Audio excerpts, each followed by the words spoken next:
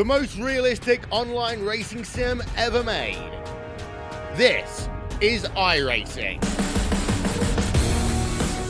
Detailed laser scan tracks, fully dynamic real world cars, and over 50 series to choose from. 6 online world championships offering over $400,000 in annual prizes. This is the original esport racing game. This is iRacing.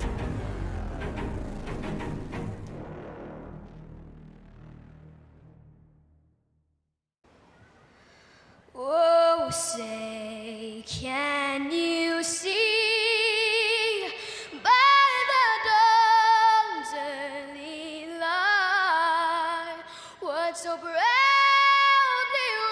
wailed at the twilight's last gleaming, whose broad stripes and bright stars through the perilous fight o'er the ramparts we watched were so gallantly streaming, and the rockets regular, the bombs bursting in air, gave proof through the night that our flag was still there.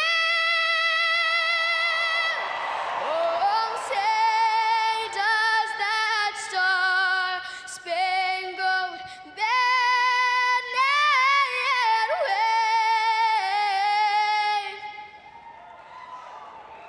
o'er the land of the free and the home of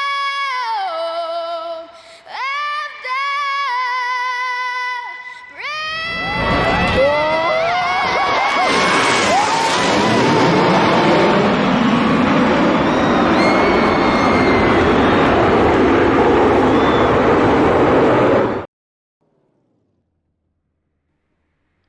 Welcome in here tonight, race fans, on the Turn 3 Racing Network. It's back in action on a Friday night as the National Sim Racing Association, presented by sim-rigs.com for the Truck Series here tonight.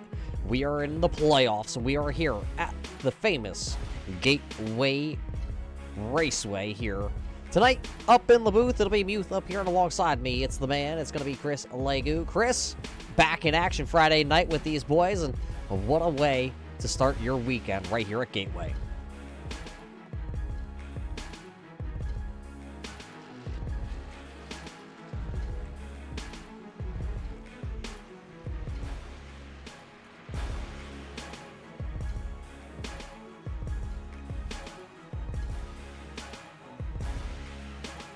Yeah, we're going to check that out in just a couple of moments. Qualifying tonight officially underway.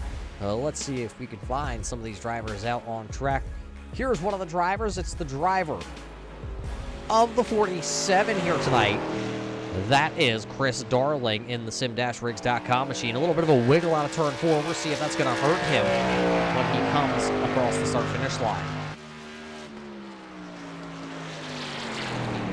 Right now, it looks like just 2 drivers as Mitchell Adams, who was last week's winner, turns in the quick time, and right behind him it was Baby Yoda. Now it's going to be Ben Izanga now setting the quick time with Bilson, who just won a couple weeks ago. Remember, back at Lime Rock at the top of the charts. Or second, actually.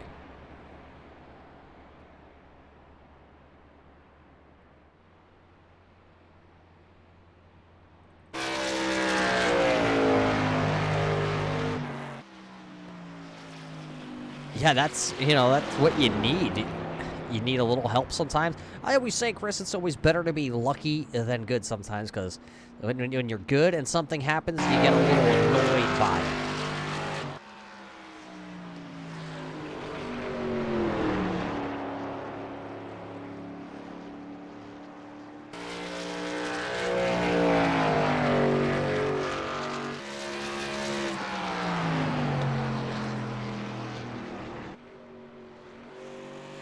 there.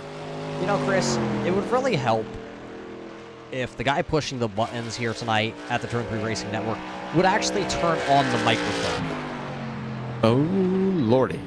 Yeah, sorry for that technical difficulty, but we're straight now. We got it straightened out, and Maurer now on the track. You see him in the Bully Dog 971. A little bit of development, Chris, from last week at Phoenix. Nathan Maurer on the last lap was battling with the 47 of Chris Darling, and actually Darling had to check up and lost a bunch of positions on that final lap. We didn't get to catch that live, but Darling now is right even with the cut line, and Maurer, because of that, actually gained a little bit. He's only 2 points out of the championship 4.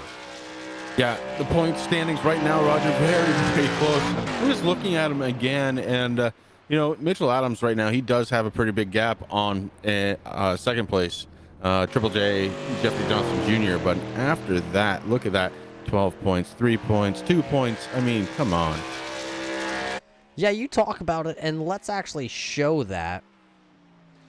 I believe we have that queued up. There it is. We got that for you, race fans. This is your sim-rigs.com Truck Series point standings after Phoenix. I had a brain miscommunication there, Chris. It was after Phoenix. Phoenix, yeah. As there's Mitchell Adams. You see he was the winner. Jeffrey Johnson sitting there 15 points to the good. Matt Cherry's only +3. Chris Darling is even with the cut. Nathan Maurer is -2. Travis White also right there, -16. And Paul Bilson, after missing a race, he's actually in almost a need to win the race to move into the next round of the playoffs. So it's going to be interesting to see if Bilson's going to be able to work his way up or not. Yeah, interestingly enough, Raj, it's not a cut race, so you're not going to lose the ability to try and continue on, but you can definitely gain some ability to continue on if you can get up towards the front, win a race.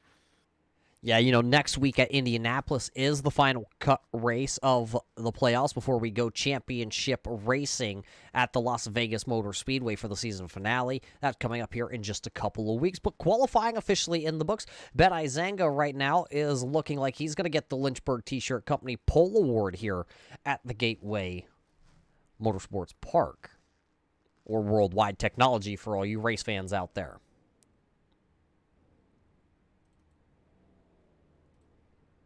So it looks like these drivers are going to start to take to the grid here tonight, and as they do that, Chris, what do you say we take you through your starting lineup here tonight? Starting lineup will look like this, starting on the front row here of the SimRigs.com Truck Series starting lineup. It's going to be Ben Izanga from Canada starting on the pole. Outside him, position number 2, driving the 48 tonight, that is going to be Matt Cherry. In third position, driving for the RMC Racing Team, that is going to be Paul Bilson. To the outside of him, driving out of Pennsylvania, the 971, that is Nathan Maurer. The True Sim Racing, Christopher Darling out of New York. In the 47, he'll start 5th. 6th position for the Indy Auto Sports Team, that is Mitchell Adams. Travis White in the 23 will roll off in the 7th position for the Snuff Racing Team. And then it's going to be Baby Yoda, Mitchell Snarer in the 43, starting 8th. 9th, that'll Fat Man Racing. That's the number 5, the Lynchburg T-Shirt Company, number 5 of Ben Adams, starting 9th. The Rocket City Elite driver, that is going to be Nick Bradley, rounding out the top 10 drivers here. And 11th spot out of the Mid-South, it's Jamar Dumas in his 128. And in 12th spot, Mid-South again, it's the 86 of Jeff Wyatt. Starting in the 13th spot, it's the number 35, Royal Sim Sports, Aaron Mack, number 35. And to his outside, in 14th position, it's Triple J out of Indiana, Jeffrey Johnson Jr. in his 33. Starting in 15th spot here, another Mid-South driver. It's the number 39 of Jeff Price. And to his outside, yet again, another Mid-South driver. It's the driver of the number 2, Justin White. Starting in 17th spot, apparently he is from the United States. Roger, as it says, it's going to be the 77 of Doug Neal. Chip Hansen from Old Guy Racing going to put his 52 in 18th spot and bringing up shotgun on the field. It's going to be the 69 of David Visser. out of the west. Yeah, Visser playing race control, but let's go racing here at Gateway as we got 200 laps to boogie down with the tailgaters down into turn number 1. Everybody looks like they were able to get a good start here, but it will be the 48 of Cherry actually taking the outside lane in turns 1 and 2, and he will clear to be the race leader down the back straightaway. The race is still on for that third position, though, between Maurer and Bilson as they race down the back straightaway, headed to turn number 3. I'm not sure if it was a penalty or what, but Travis White still coming out on track. Travis White going to go down a lap early, possibly here, Roger, as the race leaders They come across the start-finish line to complete lap number 1. Matt Cherry, Ben Izenga, Nathan Mowers, though still side by side with Bilson here. Right behind them is Mitchell Adams, who had the quick time in a practice session. Trying to see if he can work his way through the field. Still a long, long race to go. And it looks like sitting just outside, as now they're going to go single file at the front, as Maurer will actually take that spot from Bilson, as also so does Mitchell Adams. Now the Indy Autosports Adams Racing entry will now battle on the back of Nathan Maurer. Everybody else already single file out here with just 3 laps complete. Yeah, quickly to single file here on lap number 3.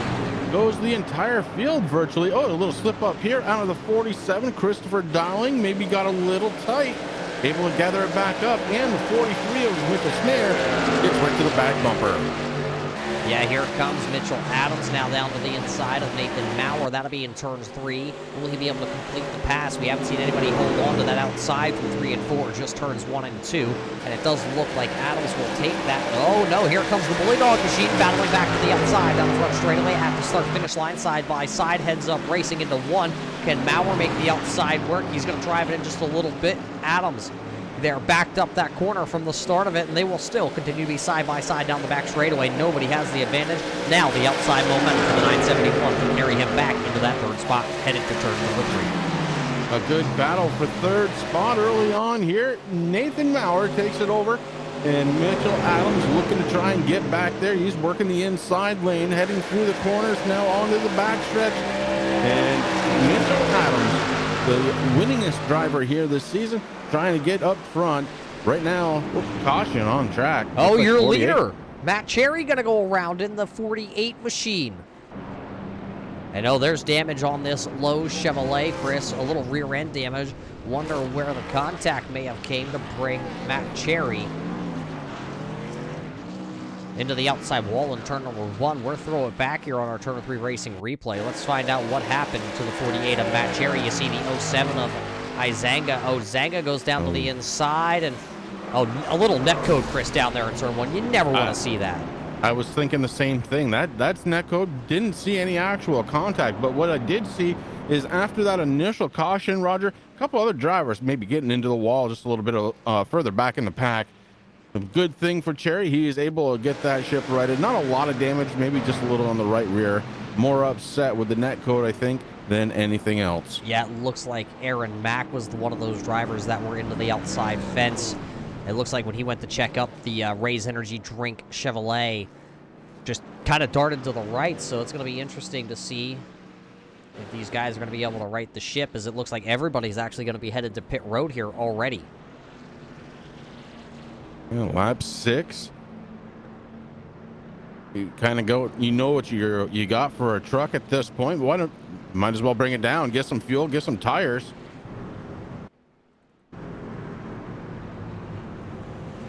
So 4 tires going to be the stop. 1 driver does stay out. That's going to be Jeff Wyatt in the 86 machine. He'll stay out with his Kool-Aid Jammers. Also, Travis White going to stay out, but it looks like he will be shown in second for the time being. So 18 drivers did take the green flag here tonight at the Gateway. So 4 tires, the distance. Jeff Wyatt going to stay out, but the question being, who's going to win the battle off pit road? Matt Cherry actually just getting to his pit stall now with that Lowe's 48 machine, and Maurer is down and away, and he will win the battle off pit road. So Nathan Maurer will win the race off of pit road. And then it's going to be Mitchell Adams, Ben Izanga, Paul Bilson, Christopher Darling, James Dumas, Ben Adams, and Nick Bradley rounding out the top 10. And we got who's at the 86. He is up front behind the pace car. I believe that is the oh, it's Jeff Wyatt. Wyatt staying out. So we'll see what he's going to do out there. It's a 1.25 mile track. Not a lot of miles put on those tires yet, Roger. Certainly they're not used up, but if this one goes green for a little while, we might see a little bit of a difference here in their tires. Yeah, let's see if we get that one to go here, and then let's see if we can get back to the green flag racing. It looks like we will get at least another 2 laps, and unfortunately, Matt Cherry still down on pit road with the low Silverado. So unfortunately, he'll be trying to get some damage fixed on that machine tonight. I mean, that's not the way you want to come into tonight, especially being only 3 points to the good. Now at this point, he's going to be behind the 8 ball the rest of the way home here at Gateway, and that's just not where you want to be. No, that's not the start of the race that he was looking for, and a real shame out of the 48. Yeah, I'm looking at who is left in the point standings and where they're running right now. Mauer's going to restart. He's got 4 fresh tires, and he'll restart on the outside lane here, pending that Wyatt doesn't take the outside lane. Also, Christopher Darling is running in that 5th position. So right now, Matt Cherry is out. Nathan Mauer is in. Jeffrey Johnson is right there on that cut line. I mean, just like that, just real quick, a blink of an eye, just a little bit of a mistake, a little bit of net code helping out in that, and things change in the point standings rather quickly when you're chase racing. Yeah, they really do. And again, a shame because it's net code. It doesn't have to happen, unfortunately. iRacing has to have something in there. They have to have some sort of contact mechanics, and they've been working on it, Roger, but I think they may need to start taking a better look at that one. Yeah, but you really got to try and compensate, and that hit box compensates for the internet connection between 2 drivers here as we are racing on the iRacing.com simulated platform here. So each driver at home in their comfort of their own house or, well, wherever they're racing. I've seen people race from hotel rooms off a Wi-Fi hotspot. You know, I'm in my basement here at home in Pennsylvania. Chris, you're at the family room up there in Vermont. So everybody's connection has to go to the same spot. The spot here for tonight's race, I did check the server before we came live. The server is based in Boston here tonight. So every driver, even Aaron Mack, who's over in South Korea, has to ping his internet connection all the way to Boston, and then it recirculates back out to all 18 drivers here that are in the server tonight. Sometimes if your internet's a little bit slower, a little bit behind other drivers, things like this can happen, and it's unfortunate. That was a very, very good explanation. I give you kudos, sir. I've wrote that down many times because I've had to explain it now. But you know what I see, Chris? No lights on the Ford Mustang out front. Oh, well, yeah, the Mustang has shut the lights down, getting ready to go back to the green flag. Wyatt stays out. He's going to try and do it on a slightly older set of tires. Mauer going to be to the outside in the 971. Mitchell Adams in the 49 to the inside. The 51 of Paul Bilson to the outside of row number 2 as the pace car brings him down the backstretch. So as they double back up here tonight, race fans, you're looking to get into sim racing, you need yourself a sim racing cockpit. Head on over to sim-rigs.com and order your custom sim rig now. I saw the parts department that they had. They got plenty of sim rig parts to fit every single one of your driver's needs. You need it to compete with drivers like this here on a Friday night, like Mauer and Adams, Bilson, Darling, heck, Cherry and Izanga. Izanga actually going to take the EOL penalty here. He'll start shotgun to the field as the iRacing pace car is down and away, and we will come back up through the old 4 speeds with these trucks here tonight at Gateway. Who will be going west? Who will be going home? Green flag back in the air here. A real slow start on the front straightaway. Mauer looks like he's able to actually hook up that 971 Bully Dog machine just a little bit better. He's going to go to the outside here in turn number 1. Mauer with a great restart on that outside lane, and that's going to allow the 51 of Paul Bilson to also get that truck moving. and he is moving, Roger, up the second spot already. Look to the outside, the inside, Wyatt dropping back like a stone with those old tires. Didn't think it was going to be that big of a difference. I was just proven wrong. Yeah, Wyatt really showing how those 8-lap different tires are going to be affected here tonight at Gateway. But hey, Chris, it is early, so why not go ahead and try a strategy like that? If it doesn't work now, it's not too late. If you do it over the halfway point here at Gateway, it may just wind up going in the wrong direction, south real quick, and then there's no saving it. As you see the 77 Simbox machine there of Doug Neal, he will get around that Wyatt machine, and he's screaming, oh yeah, Kool-Aid, into the 7th spot. Oh, man. Roger, it was not an incident, but it could have been. Chip Hansen goes off track, hits the inside retaining wall, but he stays off track. We continue under the green flag. Yeah, that's South Carolina Gamecocks. Number 52 still having some problems. The old guy racing entry here tonight. Something may be wrong because he is down there on that inside lane on the grass trying to make his way to pit road. Something may have broken on that truck. Yeah, I'm not quite sure, but Mauer's coming to lap him here real fast, and he's still got Bilson behind him, and then it's Adams, and then Darling, and then Dumas back there running in the 5th position. Biggest mover so far of the race, though, it is the Simbox, number 77 of Doug Neal, who runs in the 7th spot. Yeah, doing a very good job here so far, and we're starting to see some passing going on here, and it looks like we've got 2x2 going here for the 20 of Nick Bradley, who took the inside lane, took position away from the 43 of Mitchell Snare. Still stuck on that inside lane, trying to make a little bit more ground before he's comfortable pulling up. He finally does, and while that was happening, here comes what is that, the 22, I believe. No, that's just the 2, Roger, of Justin White. Yeah, White trying to bring the Kellogg Chevrolet into the battle. Hey, he's trying to run down Baby Yoda right now in that 43, Worldwide Technology 43. Mitchell Snare going to go way high down there in 1 and 2. It is very easy to overdrive turns 1 and 2 here at Gateway. It's something that I've tried to practice and perfect, and I've still yet to be able to actually make that corner without almost killing myself. Here comes the 07, though, of Izanga. He's going to push the number 2 off into corner number 3. He's going to get the 2 there of White to go way high. That's not the lane that Justin White wanted to run here, but that's the lane that he took. Oh, somebody into the outside wall on the front straightaway. I think that may have been, was that Dumas, I think, in the 128 machine. As now here comes the 77 of Doug Neal to the inside. It was actually the 23 of Travis White that got in. All right, and maybe your driver did too. I'm not sure, Roger. A lot of action going on, including back up front. Take a peek, because here comes the 49 of Mitchell Adams to the inside of Nathan Moore. And Moore is trying to hold on.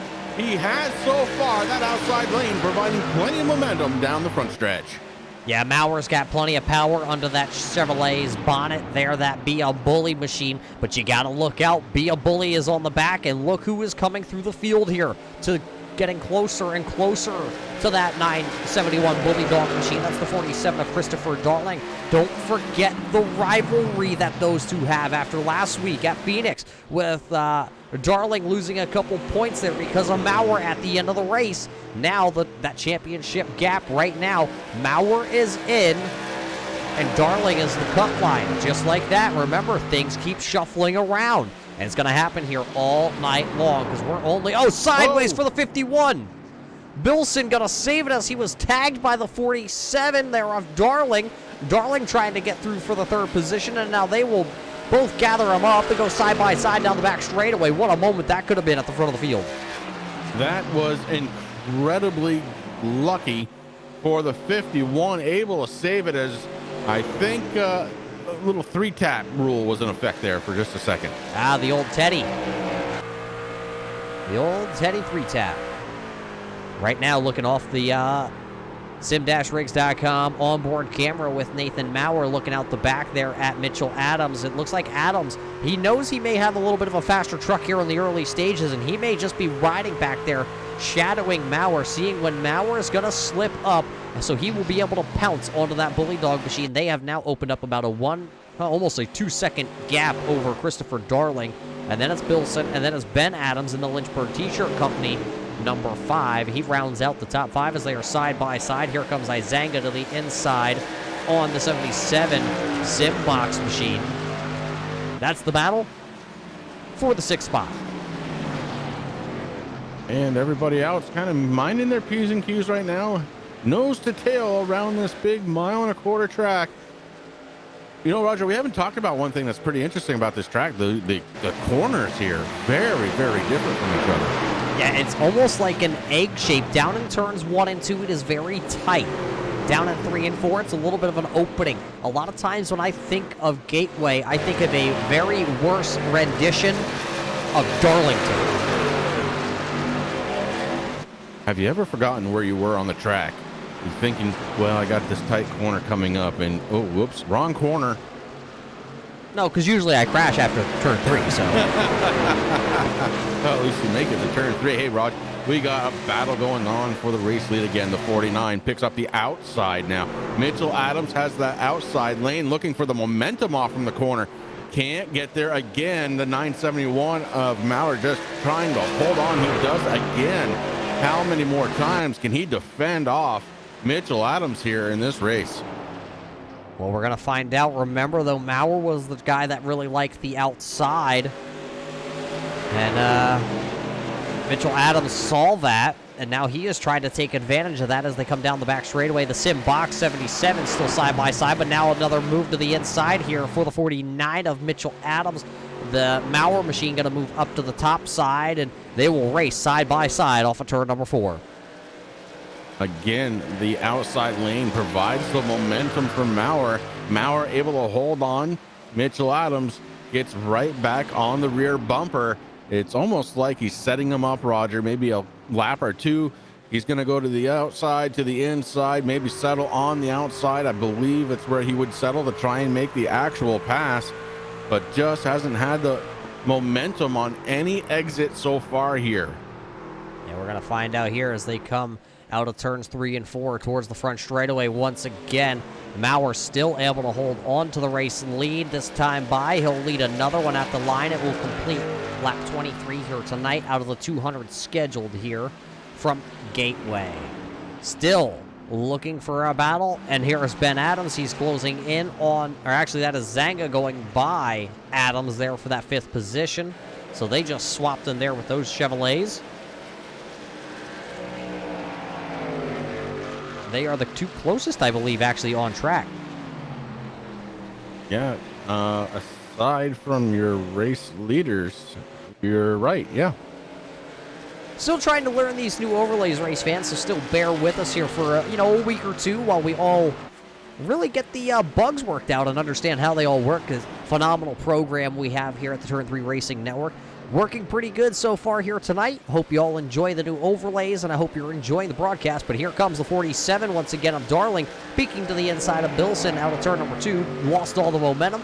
Now we'll have to rebound. I think these front 2, though, Chris, I'm taking out the timing and scoring here of who's quicker where. These 2 running in 3rd and 4th are actually starting to run down your 2 race leaders. Yeah, they're coming. I can't say they're coming fast, Roger, but they are definitely coming as those tires start to wear in. Bilson and Darling starting to track down on Adams in 2nd spot. Meanwhile, Adams starting to lose a little bit of ground here to Maurer. Maurer in the 971 holding on to that lead heading down the backstretch. Yeah, and side by side, you saw it out of turn number 2. That was the 47 of Darling looking down to the inside, but was not able to carry the momentum. And just behind them, take a peek at who is closing in on that group. That is the 07 driver. Remember, he took the EOL penalty as they go side by side once again for that 3rd spot. And Zanga has been very fast here so far tonight. Kind of caught up in a little bit of net code. Definitely can't place the blame on him for that first caution, but he has done a heck of a job coming back up through the field. Roger sitting in 5th spot, like you said, and meanwhile, just ahead of him, Darling and Bilson just battling it out still. Yeah, now it's going to let the 07 come back into play here, and he'll work quickly down to the inside on Darling. I don't expect Darling to really challenge too hard on that 07. He has seen how hard or how fast he actually ran them down. He'll still carry the momentum down the front straightaway, but let's watch it down here into turn number 1. You see actually some damage on that Darling machine. He's been into the outside fence a time or two down into turn number 1 like they just were down into 1. He scrapes that wall. It's very easy here, because you think about how wide you can arc it going into 3, and you think about doing it in turn 1, and you realize, oh, there's not enough room out here. Yeah, just ran out of room really, really quickly in those turns 1 and 2. Not the same at all as 3 and 4, but I'll tell you, these guys are getting it done here. We did have that early caution here tonight. Since then, it's been clean racing ever since. So hopefully that's a trend that continues, Roger, because this track is a lot of fun, but it's a lot of fun only when it's under the green. Yeah, especially if you're able to get a lot of green flag laps on your tires here tonight. Once the tires wear out at Gateway, it gets even funner, as now Mauer is actually starting to pull away, but look at Zanga. Izanga is still moving towards the front of the field. Ben is just ripping through this field like a cheese grater.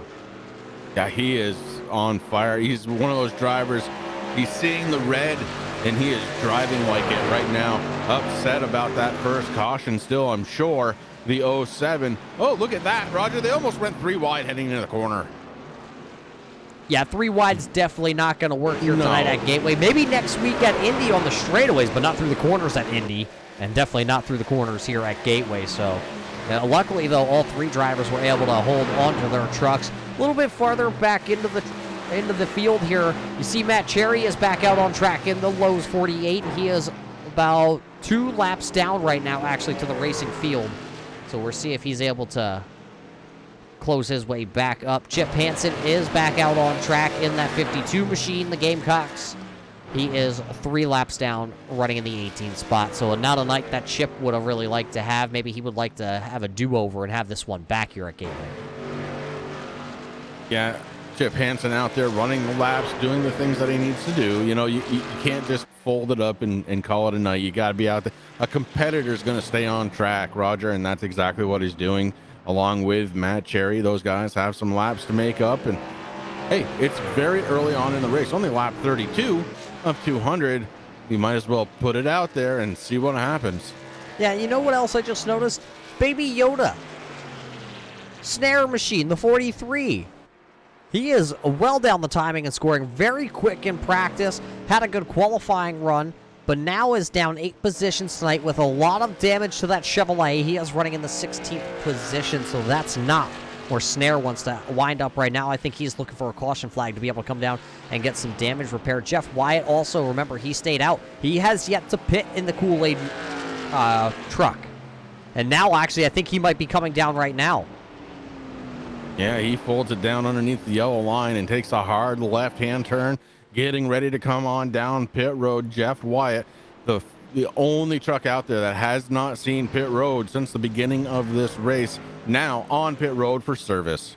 So he'll bring the Kool-Aid machine down, but he will go a lap down in the process of this. We're keeping an eye on the 86 and see where he's going to come out, because here comes the race leader of Nathan Mauer. Right behind him is going to be Mitchell Adams, but look at the man on the move. That is Ben Izanga. He set quick time here tonight for the Lynchburg T-shirt pole award. And now he's marching. He wants that lead back. Every week, it's the same thing. We see Izanga very, very fast. It just hasn't worked out for him, except for that one week where I think it was Rick and I, you were gone that week. Izanga did win that one race, but so much talent. It's evident he's very, very fast, has to learn how to finish those races just a little bit better. Yeah, so down on pit road also with Wyatt is Chip Hansen. He's down on pit road. And here comes the 51. Bilson going to bring it down on the pit road, so maybe green flag pit cycles starting here tonight at Gateway. I believe we are in the midst of that, Roger, and it's going to be interesting to see what kind of lap times these guys are able to do on those fresh tires compared to some of these other guys that are staying out. Remember, those fresh tires are going to be faster, and there's a lot of ground you can make up by doing this kind of short pit that we see right now. Jeff Wyatt, we're going to have to keep an eye on that 86. he was the first one to kind of break that pit wall barrier and bring it on down. Right now, he's being scored a lap down, but those fresh tires, he's probably, yeah, he is definitely the fastest truck out there, actually. Yeah, and a couple trucks also coming down pit road now as the green flag pit cycle has officially started. You're looking at the 47 of Chris Darling. Chris, I don't know if you could see Chris's photo here for the True Sim Motorsports team. I think he's holding, is that a Red Ryder? Well, let me see. It very well may be. Yeah, I think it is. I don't think I've seen one of them in multiple years, but it'll be a 4-tire stop. Also down pit road is Dumas and Justin White. Now coming in, the driver of the number 20. That's the Royal Purple machine. The Rocket City Elite driver of Nick Bradley. He's going to come down pit road as everybody else has now exited out of pit road, so he'll be the only driver down on pit road this time by. So we will see if he, or where he will come back out. Still out front, out of Pennsylvania, the Bully Dog, number 971, Baby Yoda, Mitchell Snare back down on the pit road now. See how much damage is done to that machine. Race leader, still Maurer. Zanga sitting there in second, as Mitchell Adams now is sitting in the third spot. Yeah, and then you've got Ben Adams and Doug Neal picking up fourth and fifth. And it looks like Ben Adams in that 5. Hey, he's doing a good job. I mean, he's there. The 77, Doug Neal. As you said, Roger, he's in 5th spot. Or excuse me, I guess I said it. Travis White in 6th spot. 3 wide, Chris, though, down in 3 and 4. Bilson gonna split the difference there, putting Wyatt down to the middle with his newer tires. And that was the 5 to the outside. Boy, I was worried that it wasn't gonna work, Chris. Fresh tires make me strong. So what you're saying is you went into the booth, you turned around real quick, and you came out as Superman. Superman, you got it. Well, Ben Adams looks like he has had enough after that 3 wide scare. He's going to come down with the Lynchburg T-shirt company number 5, and he will put 4 fresh tires. Oh! Not sure what happened there. The 5 went straight through the grass. Caution flag coming out. Justin White looks like he may have lost the Kellogg's number 2 into the inside fence. So we will have to watch it back and see what happened to Justin White as we were in the midst of green flag pit stops. That Kellogg's machine doesn't look too good down there around the inside. Let's take it back. Let's watch what happened to the number 2 here of White on the replay. Out of turn number 4 he comes, and oh, Chris, he just loses it all by himself, and it just sticks. Yeah, I think he was trying. I think he was trying to get that 5-hour energy. He might have been. But yeah, it's too bad. He comes out of the corner, Roger, and just breaks loose the 2 into the inside wall. And then that's the second time in this truck series over the last few weeks we've seen a car just kind of stick into the wall. Another one of those things that, man, it would be nice if iRacing could fix that. Yeah, there's a lot of things that, Chris, I think you said that you would like to see fixed here. We're see if we can get you in contact with the boys over there and see if we can figure out the Chris needs list. Well, look, it's we all have wants out of the sim, and let's face it, they're doing a fantastic job. They cannot work on everything at once. So, hey, look, let's just get it going and keep improving. That's all I really want, Roger. I just want it to keep getting better. And over the last, well, call it 6 months, Chris, this sim has probably gained more interest and popularity, and things have been fixed hand over fist, weekly almost. 2 times a week, they have updates. They're trying to better themselves. As you see, Zanga coming out of pit road, 4-tire stop for him, along with Mitchell Adams, Nathan Maurer, Ben Adams, all taking fresh tires. Only 8 drivers were on the lead lap there that were able to come down to pit road. Yeah, Maurer really the big loser on pit road. He came in first spot and left in third. Zanga right back to where he started, though, right up front. Going to be sitting in first spot when we take the green flag here in just a couple of laps.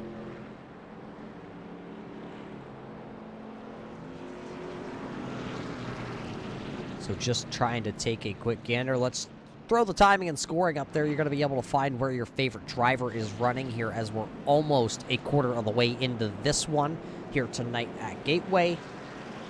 Only this race and one more race left in the, we'll call it the playoffs before the championship race at Las Vegas. So it's right here at Gateway. Then it's Indy next week. And then there's a bye week for the 4th of July holiday. And then they're going to head to Viva Las Vegas for the season finale. That is the coming up races here for the NSRA Sim-Rigs.com Truck Series, which you'll be able to catch all those races coming up here for these guys right here on the Turn 3 Racing Network. Chris, I believe you're going to take over next week at Indy as I head to Pennsylvania Speed Weeks. That's what you told me. So I am ready to go. That's what I told you. Yeah, I'm good with that.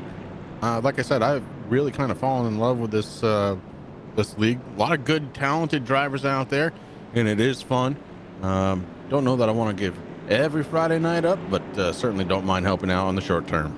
And, well, what do you say? Maybe we turn these iRacing pace car lights out this time by.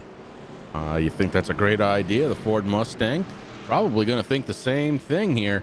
And there's a lot of drivers that are going to go around that car, rejoin the tail end of the field, and try and get back in sync with your race leaders. Yeah, Jeff Price out there with the Back Channel Productions 39. Let's see, no, the iRacing pace car lights here tonight stay on. So we will see. It looks like it's gonna be Price, Darling, Dumas, Bradley, and Hansen all going to be taking the wave around here as they're all in front of your race leader. So they're going to come back around, all of them except for the 52 of Chip Hansen will get back onto the race lead lap. They're going to be at a little bit of a disadvantage, though, because they have those older tires on those trucks. So we'll see if they're able to hang on or where they will fall to in the timing and scoring.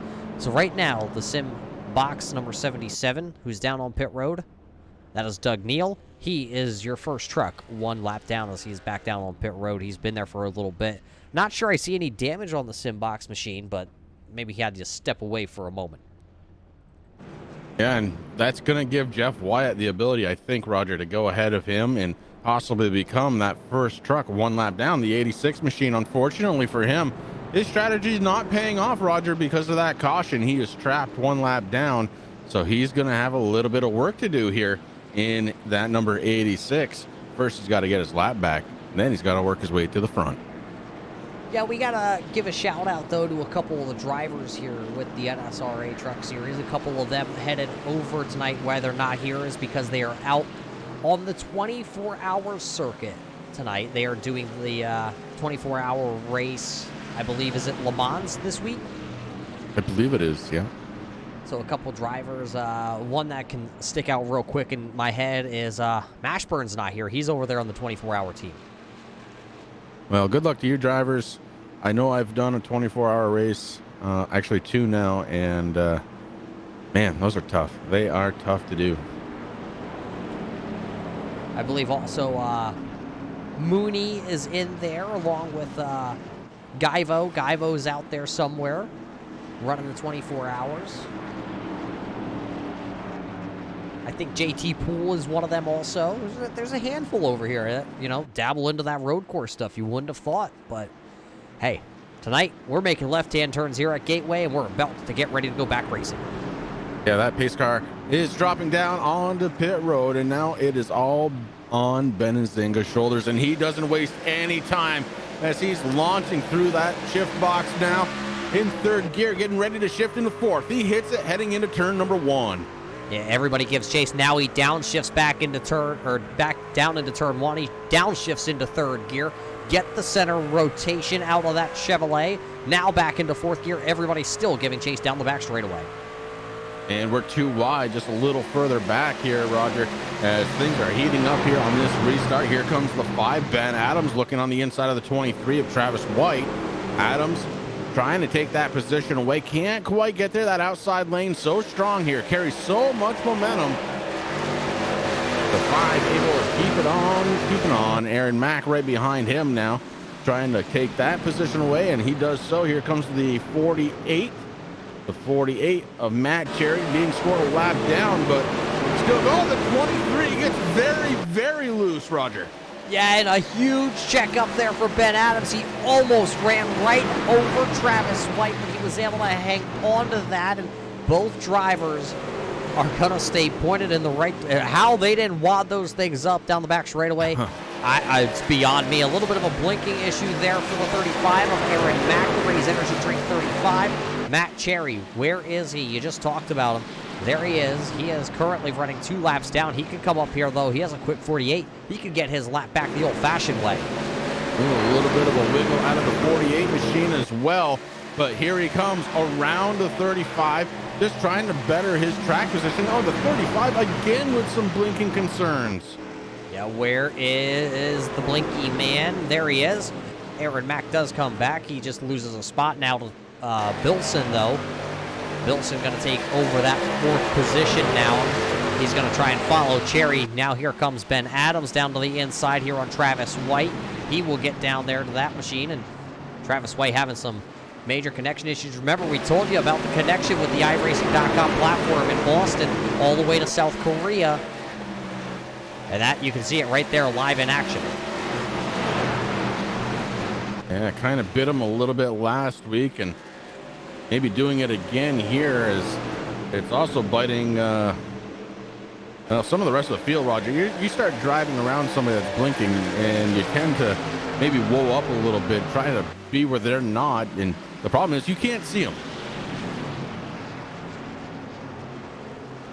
Yeah, that tends to be a problem, and right now that is Travis White that is going to be behind him. Oh, look at Jeff Price. He's going to go down to the inside with his Silverado down to the inside in turn number 3. He'll chase her down in there and see if he can get it to work on the bottom groove here. He's going to have a good spot as White's going to slip just a little bit, and also so does Mac. Mac almost actually slaps the wall out of tank number 4.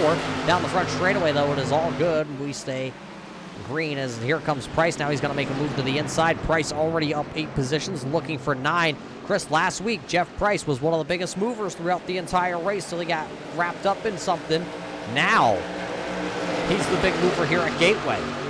Yeah, Price, one of those drivers trying to get it done, and he almost had Mac on the last set of corners, just had to brake just a little bit more, and we just see it again, too. Has to hit those brakes, trying to stay away from Mac, don't want to get into him.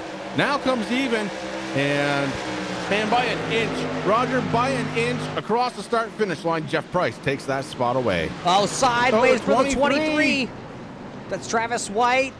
The 77 of Neal going to get into it. Also, Johnson is involved, and they stay green for the time being. The 86 now. Oh, man, that got tight. Oh, one of them into the outside wall. Chris, have you ever seen that many drivers sideways tap the wall, tap each other, and not bring a caution flag out? How the caution didn't come out, unbelievable. These guys just want to stay green, and you fans have to appreciate that. That was incredible. Wow, race fans, I've never seen that in all the years, but I have seen on the timing and scoring new race leader Ben Izenga.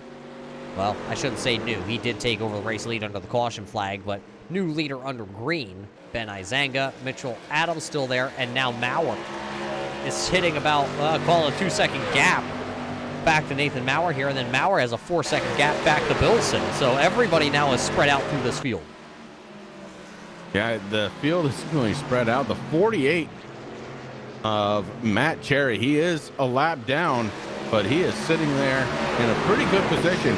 He's got to be able to try and catch those top 3. Or Roger, maybe he's going to start thinking about maybe doing some sort of pit strategy to get ahead. But right now, 48, he's in line to get that lucky dog, that all-important lucky dog, if there is another caution.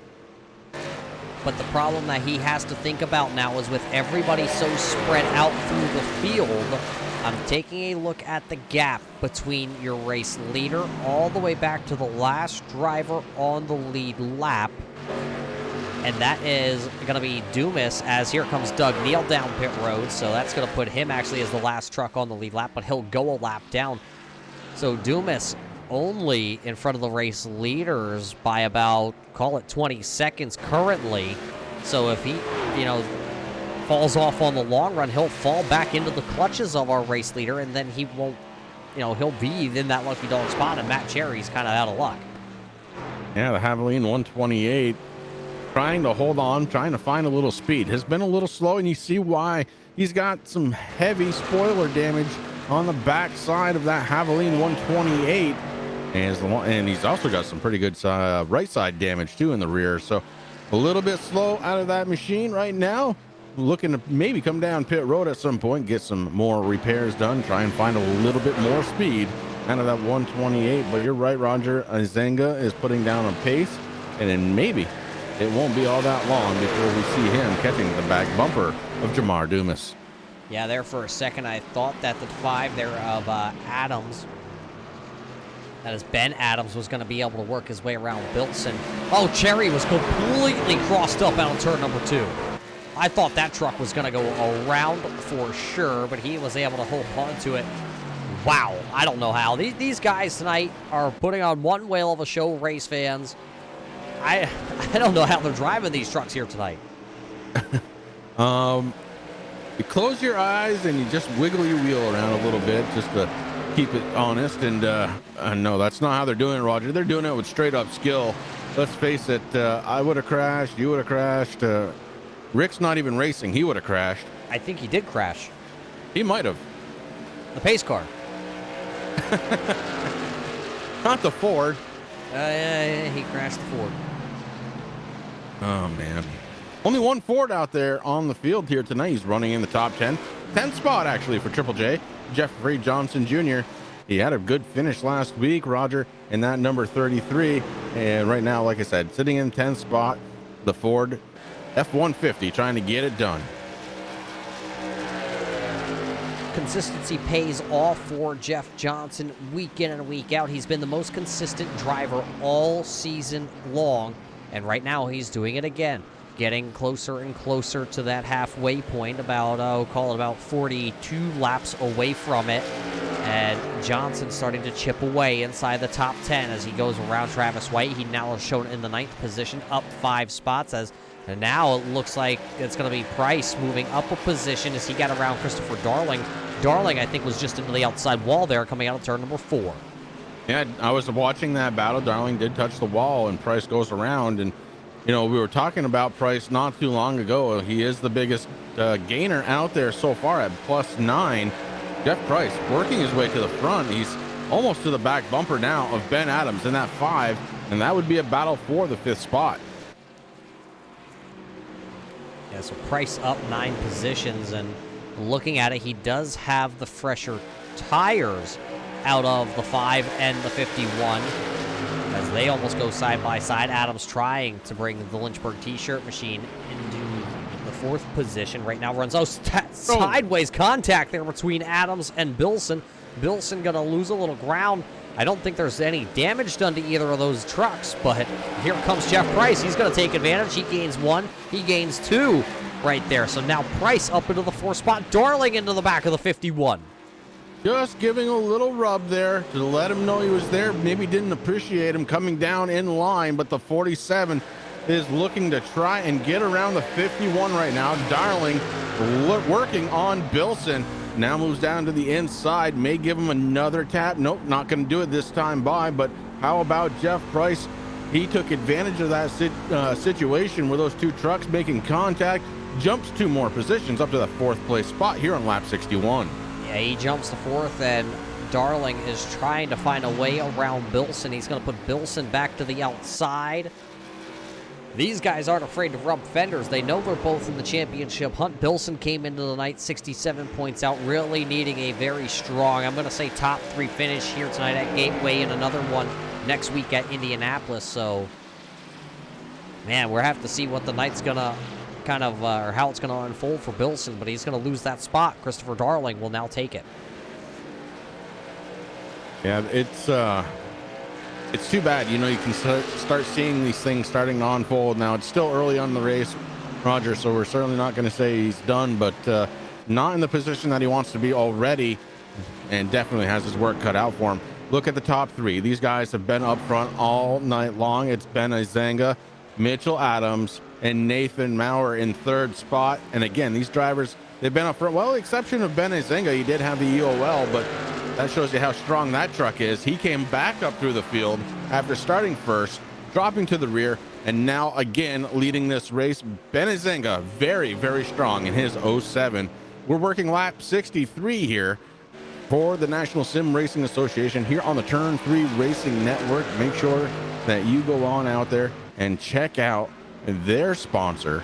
Roger, I think you have a little bit more to say about their sponsor than I do at this point, since you are sitting right next to one. Yeah, you got to get yourself a sim cockpit, race fans, and there's no better place other than sim-rings.com. Tell them that you saw it here in the Turn 3 Racing Network and with the National Sim Racing Association. Get all the parts that you need. Everything is going to be fully adjustable. Full metal frames in those sim cockpits presented by sim-rings.com. Get your rig tonight and get on track, race fans. And as we were talking about that, we had another pass out on track. This one for fourth spot. Ben Adams able to get back around Jeff Price, reclaims that fourth position after the earlier contact with the 51. So Adams back up in the fourth. Jeff Price still hanging out in the top 5. Yeah, it's not a bad place to be right now if you're Price. You have already moved up 10 positions in that 39 machine. So being up 10 positions on a tire run right now where he's probably thinking about here in the next, call it 7 to 10 laps, he'll be back down pit road for another 4 fresh tires, and then he'll go run the good off of those yet here tonight. So look for Price to be down pit road in at least 10 laps and put 4 fresh Goodyear rubbers on his Silverado. Now, speaking of coming down pit road, it looks like Paul Bilson has already done that as he's being scored a lap down now, Roger. And in 12th spot, the 51 has had service done, and he is back out on track and blazing fast. Yeah, remember, he was the first one last time to bring his machine to pit road, and now it looks like the 47 of Christopher Darling is going to follow suit here. He will bring the sim-rigs.com machine down pit road, so the 47 going to make his second green flag pit stop here of the night as he was on pit road when the caution flag flew last time. Let's see if the caution flag comes out this time or if we're going to get the full cycle of the green flag stops tonight. Only one driver out of the event, and that is the 2 of Justin White. He runs currently being shown into the 18th spot. When do the top 3 come down pit road? When they feel like they have to. Right now, they are running pretty fast. The interval between Izanga and Mitchell Adams, however, starting to shrink a little bit. Adams is definitely starting to catch the back bumper of the 07. That's the Moroso machine. Driver out of Canada, Ben Izanga, who has definitely been strong here tonight, starting to lose it here as the tires are worn. And Roger, I like that term that you used. I think he's used all the good. He has used all the good. All these drivers at this point have used all the good. It looks like Aaron Mack. Something going awry there out of turn number 2, as there's the smoking 77 machine of Doug Neal. His sim box has a lot of damage, and it is smoking. We didn't catch it. I'm not quite sure what exactly happened there. But a lot of damage on the 77 of Doug Neal as he'll bring the sim box machine down pit road here. I went back. I'm checking it out. Oh, it looks like contact between him and the 33. And the 77 actually ended up in the wall. Smoke instantly. Barbecue time down on pit road, courtesy of the 77 team. So free barbecue here tonight at Gateway, brought to us by Doug Neal. But hey, race fans, you need a button box also. Why not hit up Doug Neal? He's putting together some really good packages over at over there for the Sim Box guys. Check it out on Facebook or contact him personally at Doug Neal on Facebook. Get your quote, get your custom built box, and get it on your sim rig. You have one of those yet, Roger? No. I know you want the sim one. rig, yes. The button box. The button box. No. Still waiting. You've been talking about it for a while. I didn't know if you had pulled the trigger yet, but No, I know three drivers that haven't. Can you believe that he hasn't even reached out to me to ask which one I wanted yet? I know, right? That's just crazy. That's crazy talk. Hey, Benazenga still up front as your race leader, and I thought Adams was starting to catch him up just a little bit. Benazenga found a little bit more good in those tires as he was able to stretch that lead back out. About 0.4 of a second right now is the average going around the track. And Benazenga leading the way from Mitchell Adams. Nathan Maurer still sitting in that third spot. And interestingly enough, Maurer led some laps here earlier on, and boy, these two drivers in front of him got ahead of him, and he hasn't been able to get up front again, Roger. So maybe part of his strategy, I don't know. Yeah, I don't know if you want to save this much fuel, though, because he has fallen off almost 5.5 seconds off the race leaders. He still has 8 seconds, 9 seconds, actually, over Jeff Price. So there's a good substantial gap back to the next driver. Is actually looks like the next driver would have been Ben Adams also back there. He comes down pit road here this time by. So no pressure from behind for Maurer, but really doesn't want to get caught sleeping, as now Mitchell Adams is going to be shown as the race leader, as Izenga is going to bring her down pit road here on lap 73.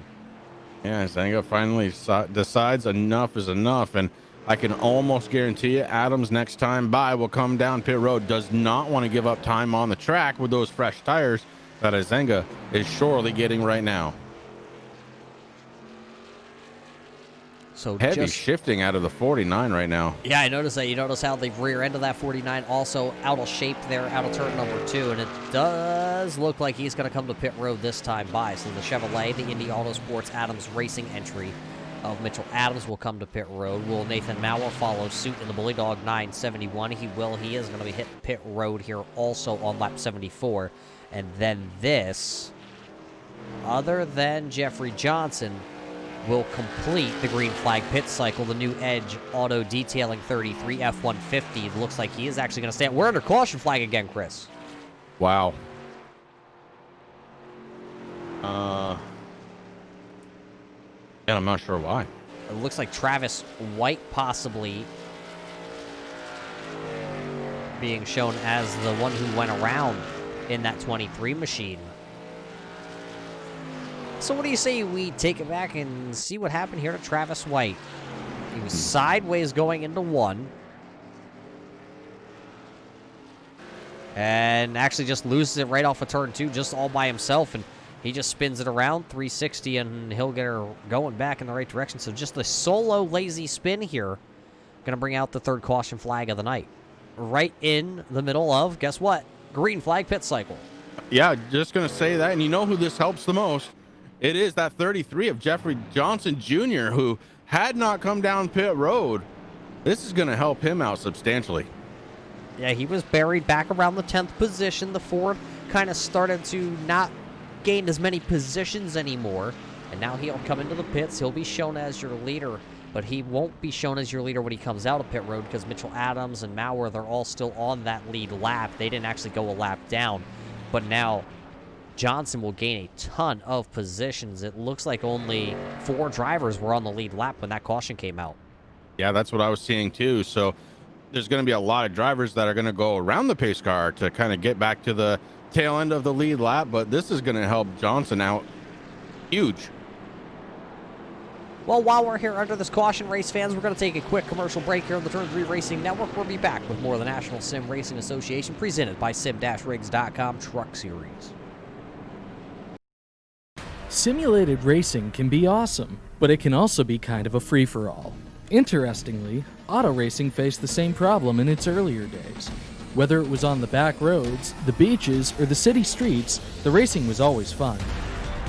But there was always a certain level of chaos or danger until some folks came along and put some order to all of this. Stuff like official racetracks, regulations about weight and equipment, and enforcement of standards. That's what gave us high-speed excitement, fast-paced action, and photo finishes. That's when racing became racing. The guys over at iRacing.com have made the same transformation in the world of sim racing. See, iRacing analyzes the performance and results of each driver in every race, so you can be sure you're always placed in races where the competition will be tight and that those reckless drivers who ruin it for us all will be kept in the pits. Not to mention that with members in over 130 countries already in their vast community, you can find races day and night, so you can always get in the action. You can even join a league of your favorite series and work your way up to one of 7 world championships, offering over $500,000 in prize money. And since updates are always automatic, you don't have to worry about software and can focus on the track. Zip up your fire suit and check out iRacing.com. Assist to the front bumper, and he hits him again now.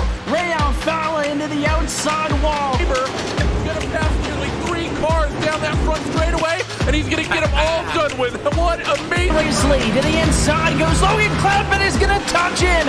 Pit press sideways. saved it! What a save! Look to the outside as Cronkite goes off. De Jong into second place. Going for the switchback. Oh, pinpoint driving. It's howling down to the inside. Trying this contact though. Slide left to the racetrack. Chris Venner drives it back down underneath, and he takes that second spot right back. Joker goes to Garrett Lowe. Garrett Lowe should take victory with all that contact. He's going to try and make the move around the outside the parabolica. That's not going to work, but he's going to try and get the cutback here. Get the run out the parabolica. That's beautifully done there. Makashube, there's a little bit of door banging as well.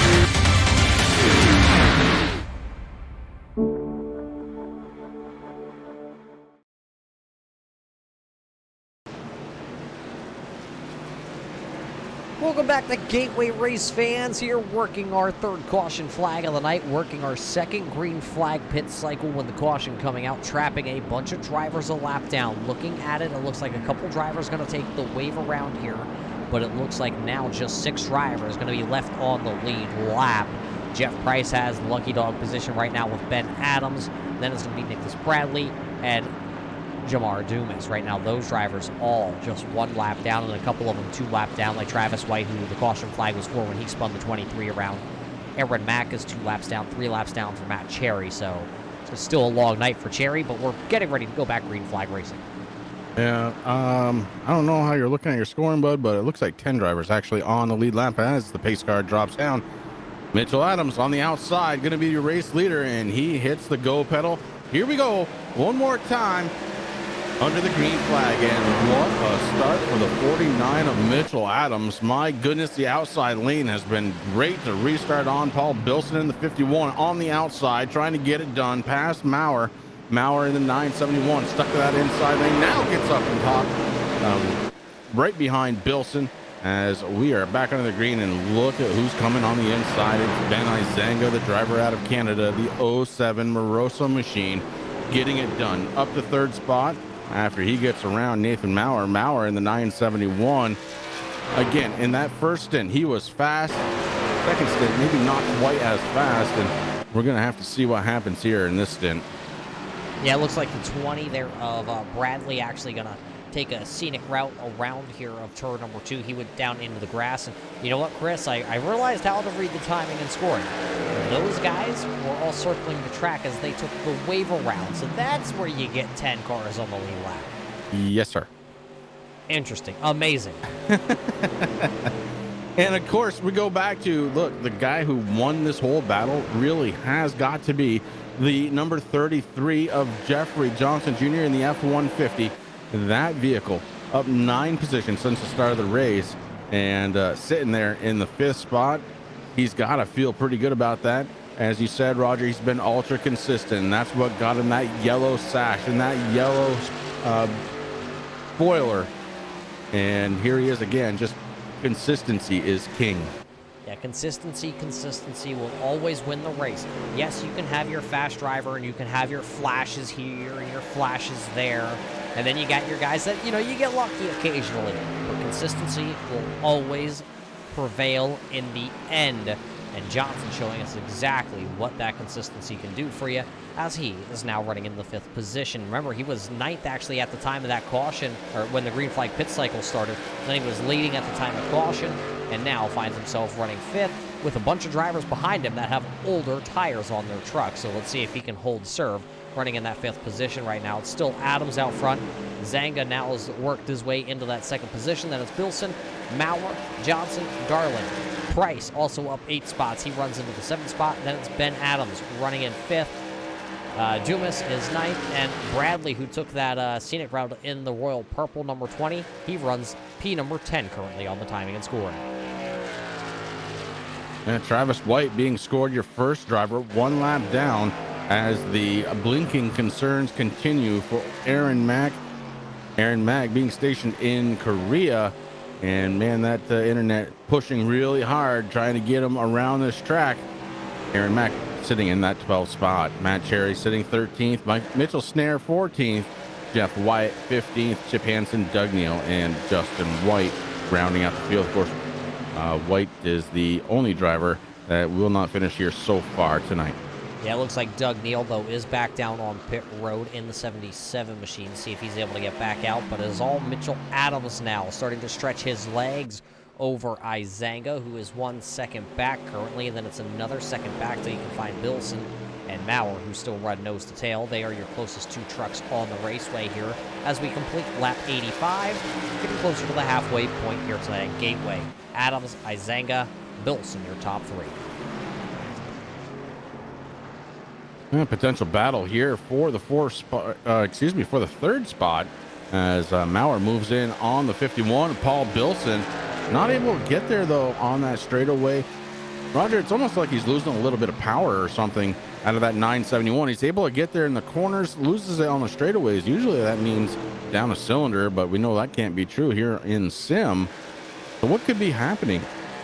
I mean, there could be a little damage that we can't see to the naked eye on that 971. It could have overheated just a little bit. It could have a high oil temp, a high water temp behind the grill there.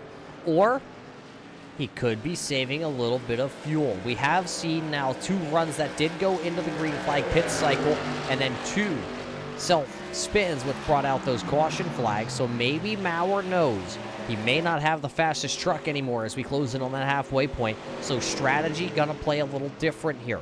Maybe the fuel game to win this one. Yeah, lap 88, certainly a good time to be starting that as we go under caution one more time. Yeah, it looks like the 43 possibly of Snare gonna go around, and he actually takes the immediate tow back to the pit lane. But the caution flag is gonna fly once again. Let's throw it back. Let's find out what happened to the driver of the 43. It looks like he was trying to come down pit road. Yeah, stopped on pit road and took the tow.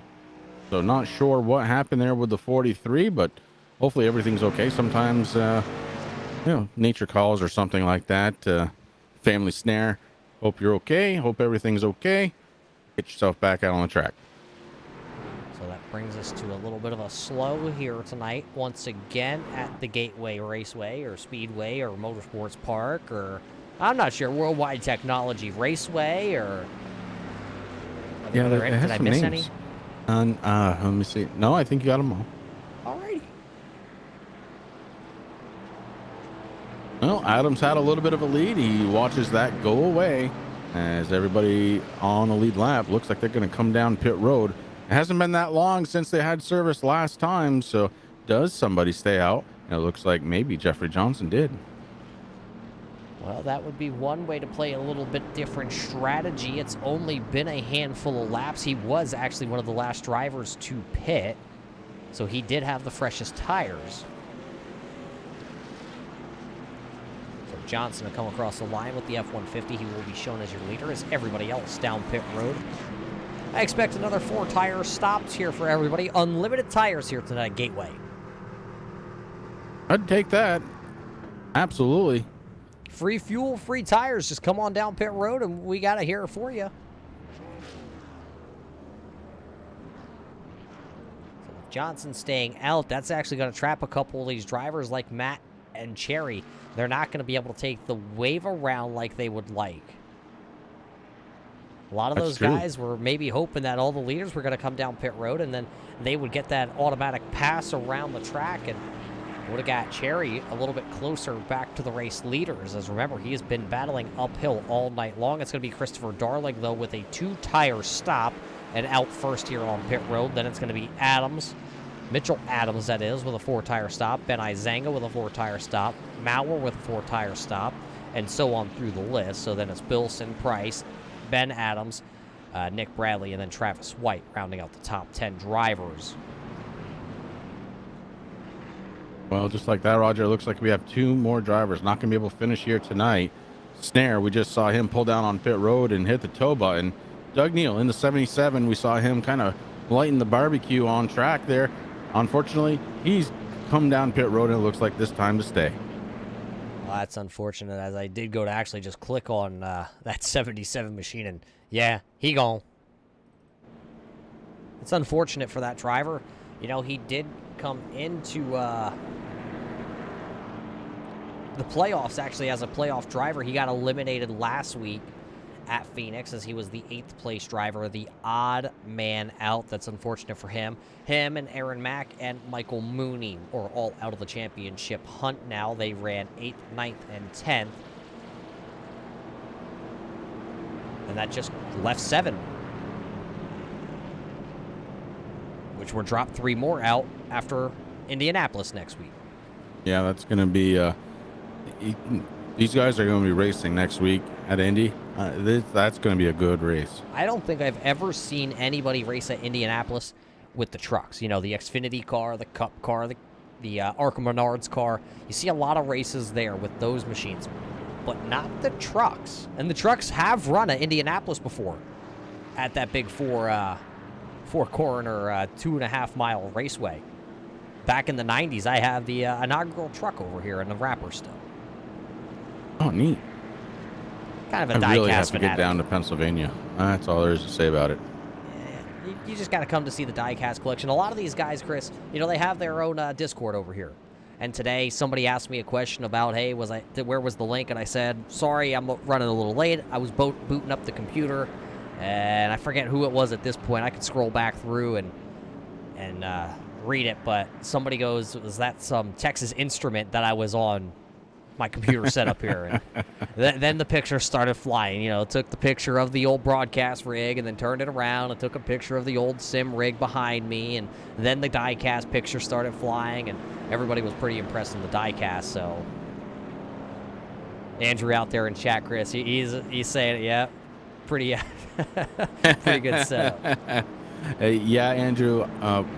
Look, there's one thing we know. It's each other's setup. We have our little chat between all of us, and we kind of know what each other's got. And Muth does it right.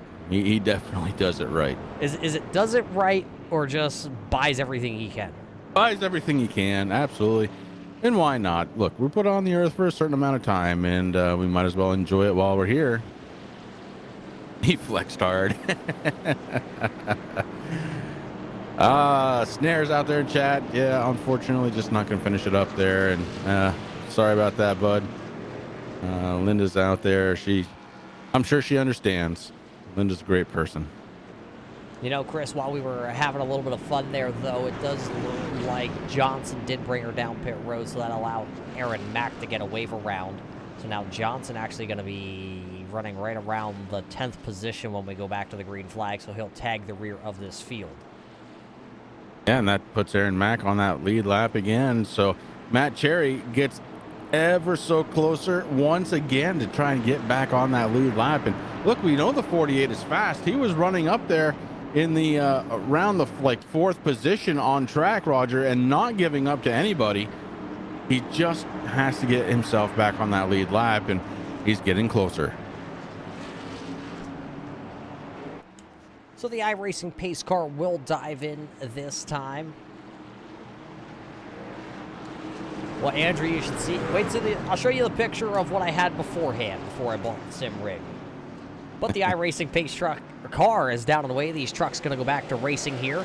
Green flag back in the air here at Gateway. We are racing just 6 laps away from the halfway point here tonight, and Darling going to get a whale of a run. What happened to Mitchell Adams there? Maybe a misshift on that Indy Autosports 49 machine, because here comes the Bully Dog 971.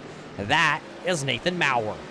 Yeah, Maurer with a great restart that time, and he's got Izenga right on the back bumper. The 49 may have been caught sleeping a little bit, or like you said, possible misshift, but he is definitely rolling now as he is biting back on the Bully Dog, trying to pick up second spot on the inside. Yeah, look who's coming to the party. The 39 of Jeff Price also now inserting himself into the battle. He is inside the top 5 for the first time here tonight, so that 39 machine coming to the dance, and all the ladies are right in front of him. He just has to pick which one he wants.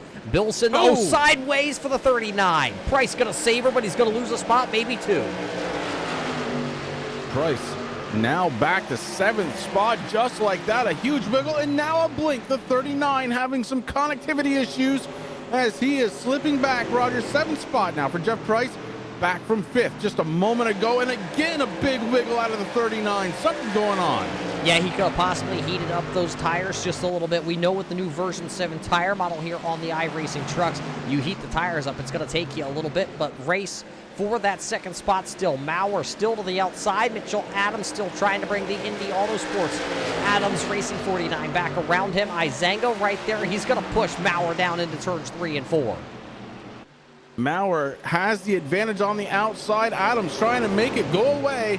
Adams in the inside lane, battling desperately, trying to hold on to 2nd spot, can't do it. And now here comes Izenga on the inside, or excuse me, on the outside. And that outside lane has been the place to be here so far tonight. Gateway getting it done. The action picking up about halfway through this one.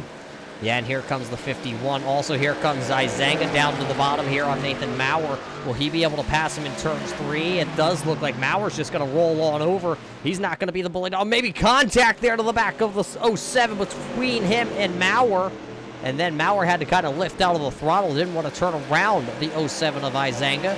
So now Izenga going to go into 2nd, and he is going to look to run down the 47 of Chris Darling, who is right now currently almost a 2nd lead over everybody else.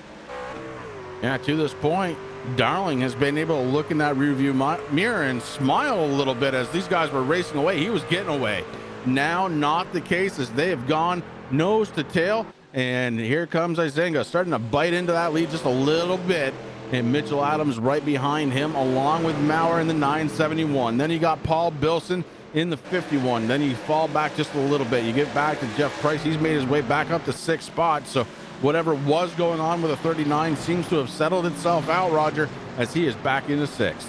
Yeah, and I noticed last time by out of turn number 2, it looked like the Lynchburg T-shirt company number 5 there of Ben Adams was actually pretty sideways, and he actually lost a couple of those positions to Price and Johnson.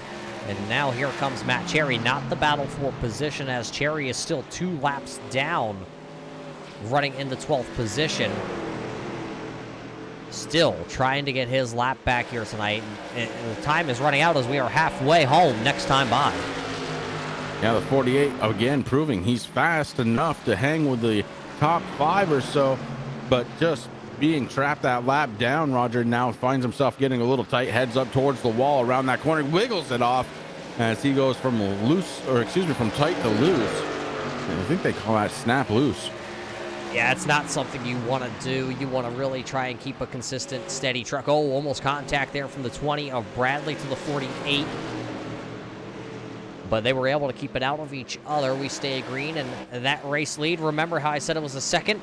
Now it's on the back tailgate. Here comes Izenga in the 07 machine, the Moroso entry on the sim-rigs.com entry there. The 47 of Chris Darling to the outside. Here comes Izenga for the race lead in turn 3. Yeah, Izenga looking to try and possibly win another race here. It would be the second in the last handful of races for Azenga, but a long way to go before we get to that point.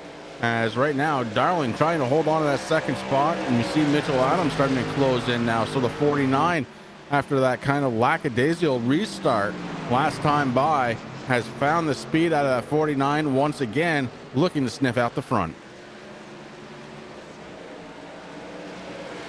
Yeah, just watching the timing and scoring to see how fast Ben Izenga actually is starting to pull away from these two that are battling here in the second position. Now Adams is going to take it.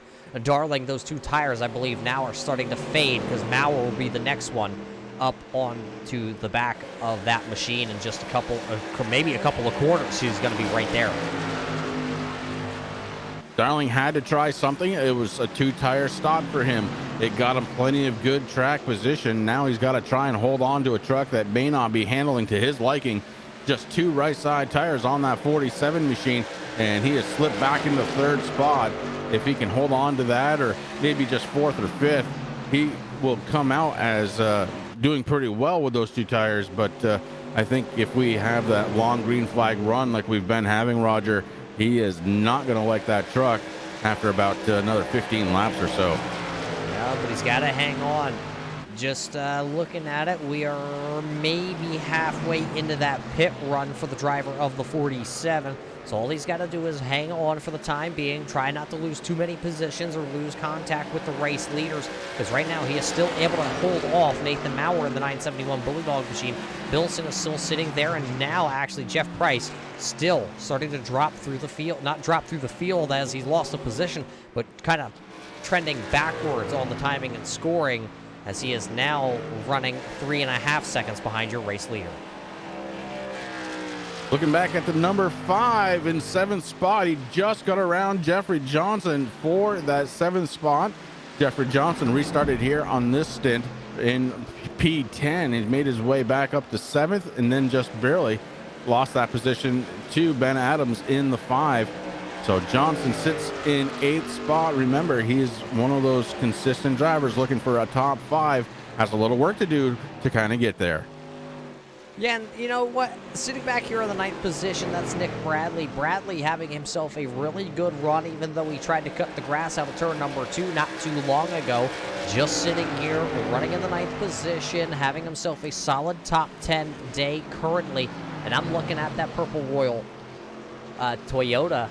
It is clean as can be and still roaming over, halfway home. That's got to feel pretty good with a strong field like this and a couple tore-out trucks the way that they look. It is clean, no doubt about it. And the guy right behind him, the Haviland 128, Jamar Dumas, can't say the same. Big time damage on the rear of that truck. He's been working on it every time he's come down pit road, just hasn't had a lot of cautions to do it. Right now, Jamar Dumas finds himself in the top 10, sitting in that 10th spot. And the last guy on the lead lap, it is the 35, Aaron Mack, not having the race that he wanted, definitely having some connectivity issues out there tonight, but he finds himself on the lead lap after that last caution. Roger, the 35, can't count him out. You definitely cannot count him out. Yeah, and he was actually sideways that time down in the turn 1. It looks like he went to downshift that 35 Raise Energy drink machine, and he almost turned it around, but he was able to keep it going. Right now, still running in that 11th position. He is up 2 spots. But the biggest mover here of the night, still the 39 of Jeff Price, who he is having some connection issues here to the iRacing server. Still running in the 6th position, up 9 positions for Jeff Price. Out front, though, man, it's still the same song and dance. The 2 tangos, Ben Izenga, Mitchell Adams. And then it's Darling is actually going to get that 3rd position. I believe Bilson just moved his way around Nathan Mauer.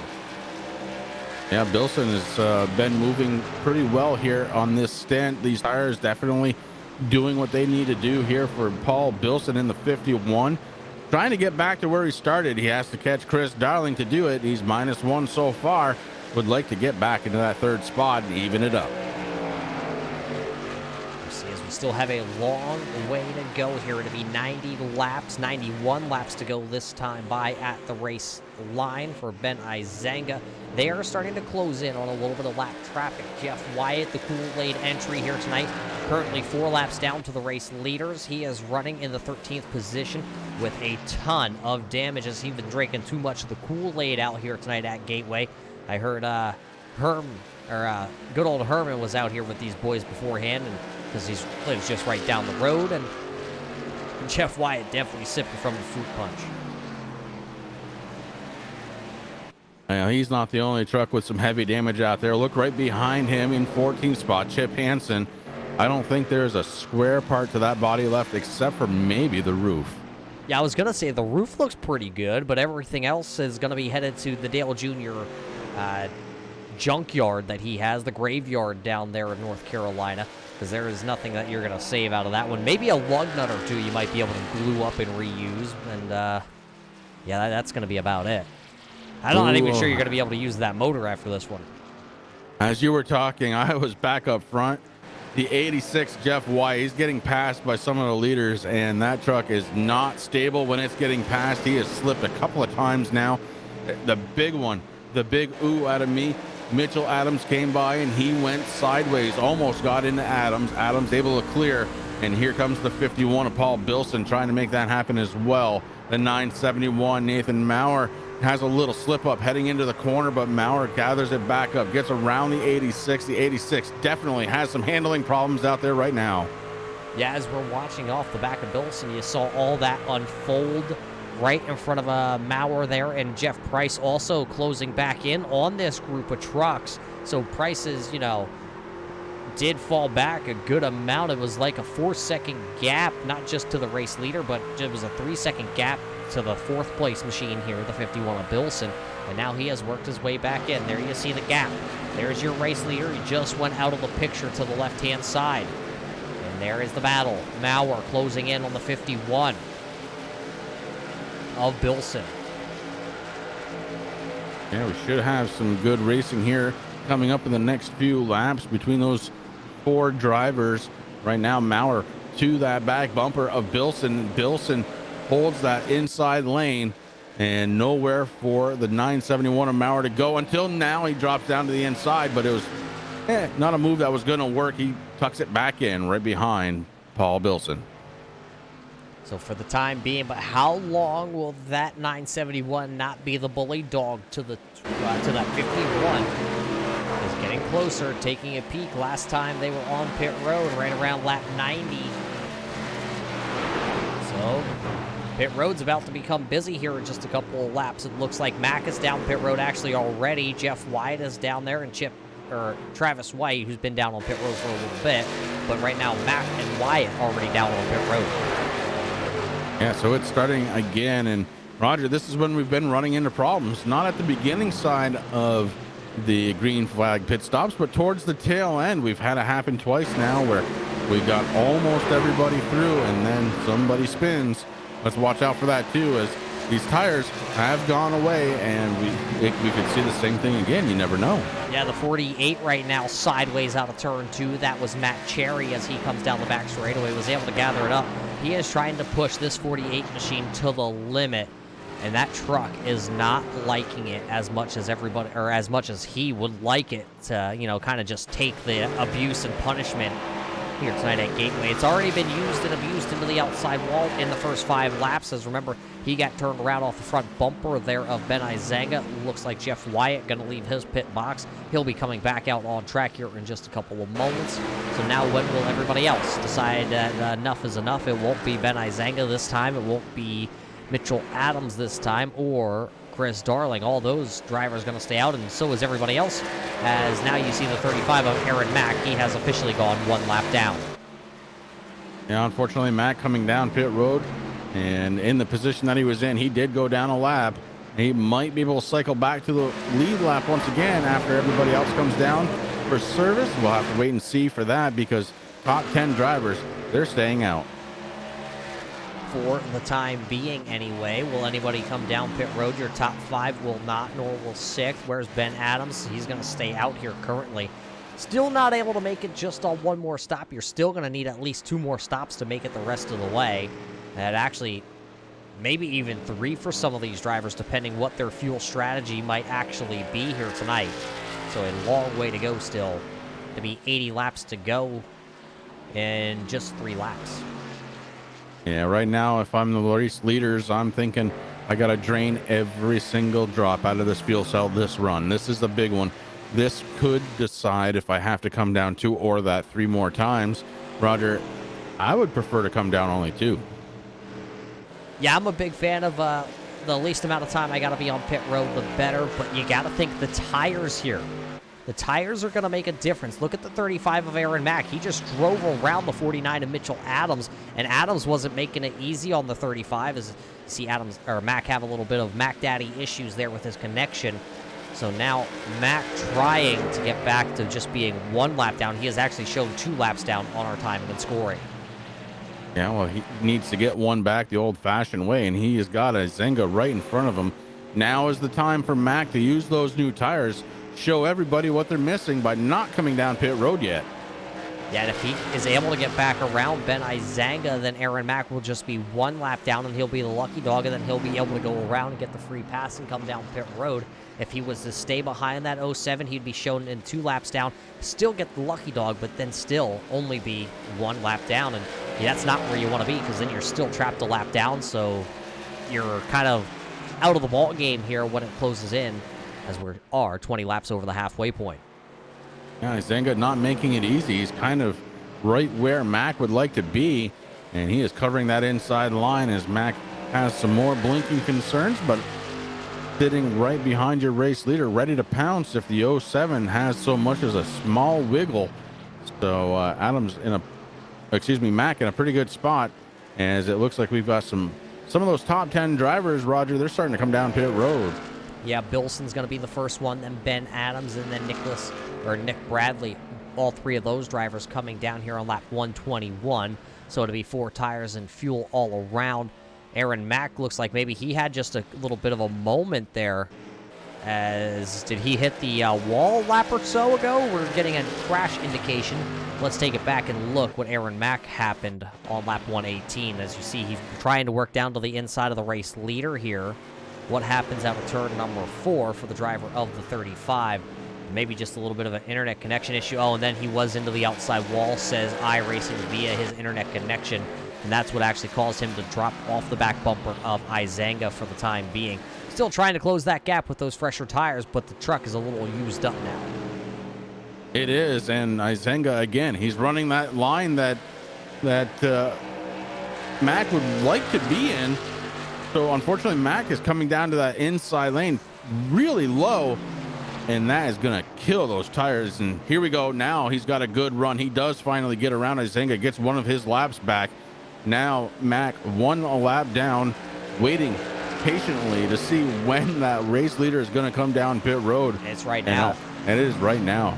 Yeah, and so is Mitchell Adams. Here come your front 2 leaders. They're going to come down pit road. It looks like the 47 of Chris Darling. Remember, he was on a 2-tire stop this whole time, and he was able to hold a pretty good serve with your race leaders. He comes down with the sim-rigs.com machine, and so does Jeff Price, and he is hard onto the brakes coming into pit road. So he is trying to make up as much time as he can and using pit road as his ally. Yeah, so Darling with those 2-tire stop is really going to make up a ton of time. He did a very good job, way better than I thought he was going to do, Roger. I thought he was going to slip back to maybe 5th or 6th. He was able to hold on to that 3rd spot. Meanwhile, back out on track, Jeffrey Johnson Jr. is being scored as your race leader. He might be peeling off now, though he's going to come down pit road. Yeah, I think this time Johnson not going to stretch the fuel as far as he did last time. Everybody else came in. Now it's his turn to come in. Looks like Dumas might be in this time or next time by, as he is coming in actually this time with the Haviland 128 machine. So that will cycle all your race leaders through on the pit strategy. Chip Hansen would be the only driver to not come down, the driver of that Gamecocks 52, the old men racing team, or old heads. I forget what it is. Either way, I think he told me he's like as old as the dirt. Well, that's old. That is old.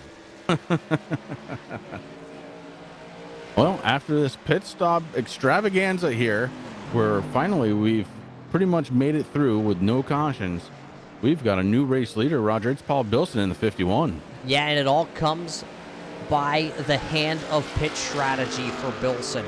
He came down, 2 tire stop was the call for the driver of the 51. That gets him about a 1.5 second race lead, but that 07 is tearing into that race lead already. I don't know if it's going to be good enough for Bilson, but it's one thing for Izanga to run back down Bilson. It's a whole nother ball game to try and get yourself around one of these trucks, especially if you're Bilson. You're not going to just move over for Izanga, especially when Bilson's in the championship chase. He has a chance to move on. If he's able to finish P1 here tonight, he'll get the automatic bid in to the final race at Las Vegas. But Izanga's going to have the last word, I believe. Yeah, that truck's so very fast. And look at this. He has caught the back bumper of Mac. He goes right around to the inside. Mac's got to be frustrated. It took him so many laps to get around Izanga, and really it took Izanga to come down pit road. And now, just like that, he falls behind Izanga once again. Aaron Mack sliding back just a little bit. Here comes Mitchell Adams to the back bumper. Remember, Mack has scored a lap down, maybe make it 2. As we have a race for the lead. Yep. 07 down to the inside. Ben Izanga trying to take it away from Paul Bilson. And like that, man, the 07, he is back to the race lead. Bilson gets loose coming off. Mack goes into the wall, comes down off.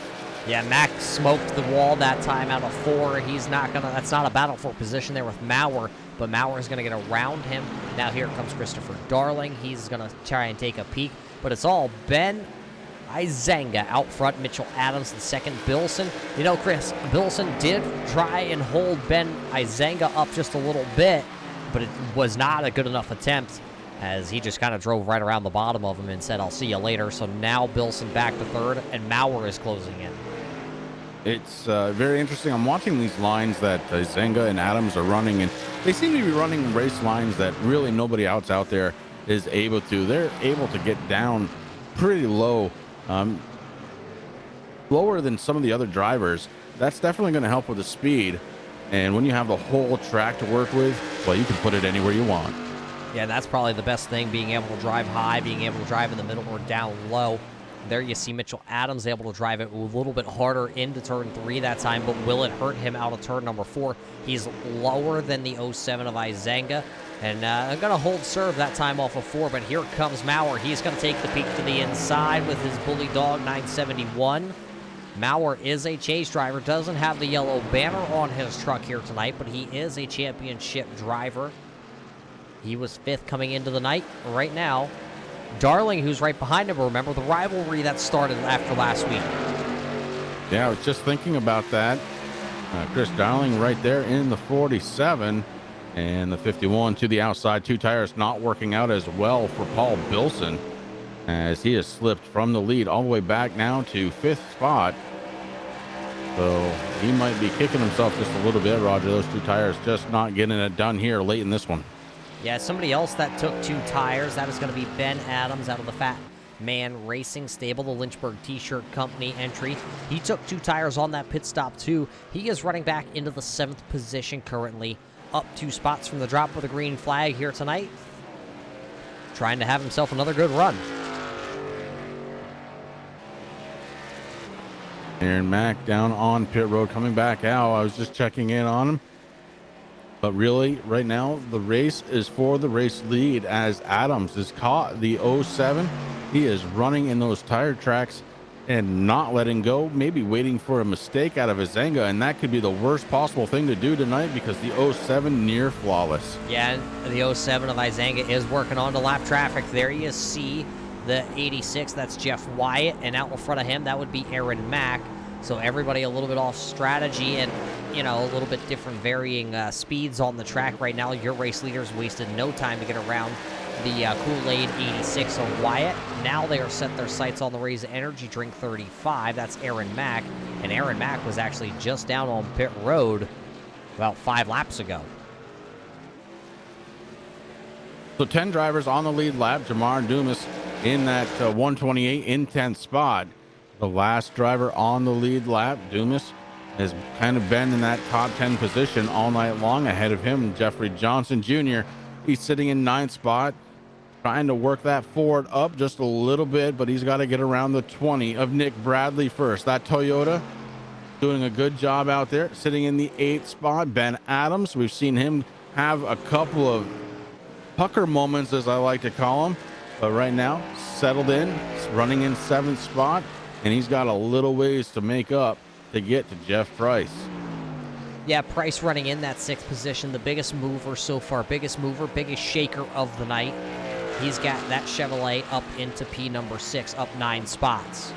Bilson, you saw him take the 2 tires. Now you've seen him lose the lead, lose 2nd, lose 3rd, and 4th, and finds himself running back here into the 5th position. The driver of the RMC Racing, well, he's on the verge, Chris, of not having the night he needs to have here, and could wind up looking even farther up at that cut line. Yeah, and that's exactly what he doesn't want to have happen. He's got to push that thing as hard as he can. Don't get down, get busy. 65 laps to go here. And look, we know we've got 2 stops, potentially 3 for some of the drivers. A lot can happen there, Roger. We've seen it all night long.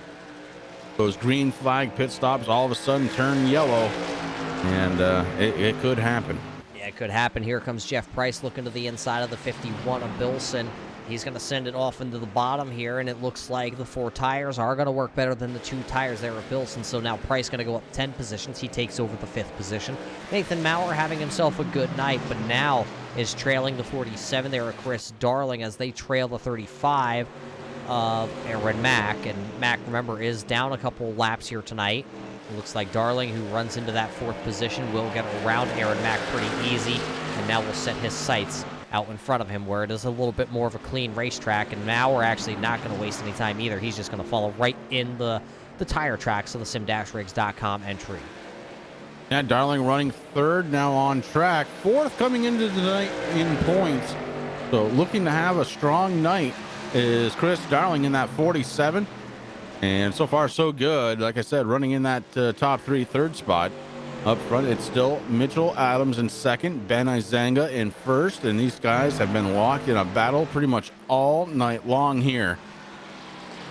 I want to go ahead and thank everybody for tuning in to the Turn 3 Racing Network. You're watching the National Sim Racing Association, sponsored by sim-rigs.com. Well, Chris, I don't think I could have said it any better myself. But we do got to thank everybody that's out there tonight tuning in on the Turn 3 Racing Network, watching this great battle right here at the front of the field between Izanga and Adams. They have been 1-2, 2-1 all night long, both Chevrolets dominating the race here. Only 1 Ford in tonight's race. That is Jeffrey Johnson. He is running back into the 9th position. 2 Toyotas. The top Toyota driver so far is Nick Bradley. He is running in the 8th spot. And Jeff Wyatt is running in the 13th spot. Tonight, though, we also got to give a big shout-out to David Visser, as he is the race control driver here tonight. You see him on the timing and scoring, driver 69 out of Las Vegas. He won't be racing again, Chris, till we hit Las Vegas at the season finale, as that's his home track, and he would like to give it a whirl. Oh, I would too. In fact, sign me up. I would love to. Well, hey, if you're going to get signed up, I want to hop on the old sim rig back here and come out and play with the boys. Oh, yeah, well, somebody's got a broadcast. Where's Rick? Rick. I see him. He's out there somewhere. I know he is. He's always in the background lurking. He is. Izanga up front. Mitchell Adams, Chris Darling, your top 3. Nathan Maurer in the 971. He is holding on to the back bumper of the 47 of Darling, but may have upset his tires a little bit, Roger. Coming out of that corner, he loses a bunch of time to Chris Darling, the 971. Did he use up those tires too soon? Yeah, Maurer, one of those drivers, he can, as you see him wiggle down into turn number 1, he does have a tendency sometimes when he sees the front of the pack that he has to go get it. And the unfortunate thing about that mindset is you're going to run the tires off the truck at some point. And I think that's exactly what Nathan Maurer did. Looking at last time by for Nathan Maurer, his lap time was a 35.9 to Darling's 35.8. Your race leader put down a 35.7. The fastest truck on the track last time was the second place of Mitch Adams with a 35.5.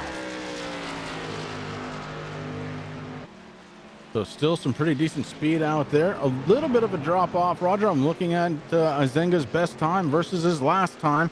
It's about a second and a tenth. So he's best time 34.6. Last time by a 35.7. So just, you know, a cool breeze 1 second fall off here tonight. That's not really bad when you think about all the laps that are on these tires right now as it comes back through the timing and scoring. Pretty much. As it updates, yeah, a little over a second. That's not bad. It really isn't. And last time he was on pit road just 20 laps ago, so you know those tires, they've equalized at this point. We won't call them totally worn, but they're not brand new for certain. And I do want to throw out there too, Roger, lap 141, Paul Bilson came down pit road. So Bilson has made a stop.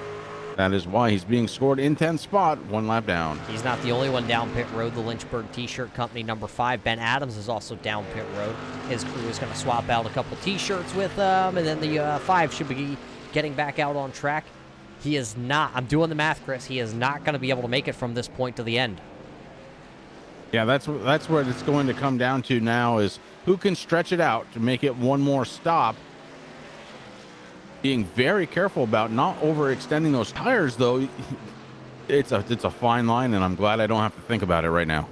I'm looking at it, Chris. I'm doing the math. Somebody that might be right on the verge of being able to make it. No, it's just not going to work. I was going to say Bradley, but Bradley's coming down right here. He's actually going to short pit this stint, and he's not going to... Oh, he's in the grass. He's in the grass. This could spell disaster. Able to actually hang on to her, but it's just not going to be enough in the 20 truck to make it the rest of the way. All right, so Bradley down on pit road. And like you said, not going to be enough. Can one of these race leaders do it? That's going to be the question. Can they stretch it out far enough? I don't see it happening. These guys are going to have to stop 2 more times. Yeah, and just take a look at that race lead, Chris. It just shrank. Adams actually, the last 2 times by, was a 10th quicker than your race leader of Ben Izenga. So now he's turning up the wick with that Indy Auto Sports number 49. Maybe he's got something here in the late going. Maybe Izenga's backing off a little bit trying to save, but here comes Mitchell Adams peeking to the inside in turns 3 and 4. Not going to be able to get it done out of turn 4, but he is right there. Maybe a half a truck length, maybe now a truck length at the start-finish line. Yeah, don't know if Izenga is trying just to save a little bit of fuel, or if at this point in the run, Adams is just a little quicker. But either way, they're saving fuel at this point because they're going slower. And at some point here soon, they're going to have to come down pit road. Again, last time they've come down lap 123. By my math, that's 25 laps here, Roger, since the last time they came down pit road. Yeah, you're exactly right. And nobody coming down pit road out of your top 10 that time by. So everybody going to continue to cycle through here, getting closer to just to the 50 lap to go mark tonight here at Gateway tonight for your National Sim Racing Association, presented by sim-rigs.com Truck Series. You know, only one winner in this round so far, and that's been Mitchell Adams. He won last week. Izenga, though, looking to maybe play a little bit of spoiler here on a Friday night. That could be possible, but only 7 drivers left on the lead lap. I think anybody that's left on the lead lap at this point might have a chance. Maybe even Bilson and Ben Adams, who are both a lap down. They have made a pit stop, though. They're on 4 fresh tires. Now Maurer going to come down pit road. Yeah, they're on 4 fresh tires, and they are screaming around this track. That's the big thing. A second a lap faster.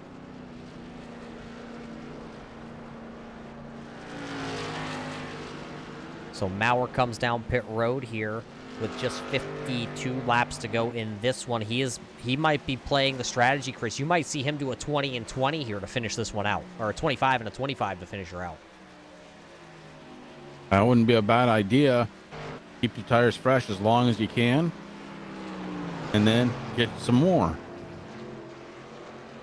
We already know these guys can go for a long time. It really does come down to tire drop off. And we're certainly seeing that. Almost 2 full seconds now for Izanga, who drops down. He's bringing it down pit road. Adams not able to get the memo. He goes around. Adams still on track. Yeah, we're seeing now, this is the point in each run so far here tonight. We have seen yellow flags flying as the green flag pit cycle started to cycle back through. Adams and Darling going to stay out. It looks like Price also going to stay out along with Johnson, Dumas, Maurer, remember, was already on pit road. So Maurer cycling back through, currently running in that 7th position, trying to see where he's going to come back out. He might come back out ahead of Ben Izanga. We're keeping an eye on that. Yeah, that's going to be big. He had those fresh tires for several laps. About 8 laps, I think it was. So he was out there screaming around the track as Izanga was a 1.5 seconds or so slow. Yeah, if he can hold on and we don't have a caution, he might be okay here. Talking about Paul Bilson in that 51. Yeah, Chris. Or, excuse me, talking about Maurer in the 971. Yeah, and Darling's down pit road in the 47 machine now, too. Adams still out there. Jeff Price still out there in that 39 machine. He, let's see, is he going to make the left-hand turn on the back straightaway? He will not, so he'll stay out at least another lap. Same with Mitchell Adams. He did not come down pit road either. So Chris Darling down on pit road and one other driver. And that's the 52 right there. The old guys racing team of Chip Hansen. Well, we know Chris Darling at one point took 2 tires. That's got to be sticking in the back of his mind. He only fell back to 3rd spot, maybe late in the race. That might be a strategy for him to go to. He knows he can do it. The 51 tried it, didn't have the same luck.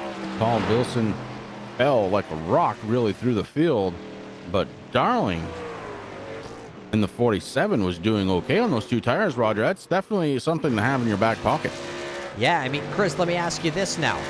You're going to need one more pit stop to definitely make it the rest of the way. Do you run the tank of fuel down, come in, put 2 tires on, and try to run away, or do you split it in half, put 4 tires on, or do you split it in half and put another set of 2 on? I don't know. I don't know, Roger. I mean, this is where I would really rely on a spotter if I had one. At this point in the race, I'm tired, I'm sweaty. Probably not feeling great about where I'm sitting because, I'm not ultra fast.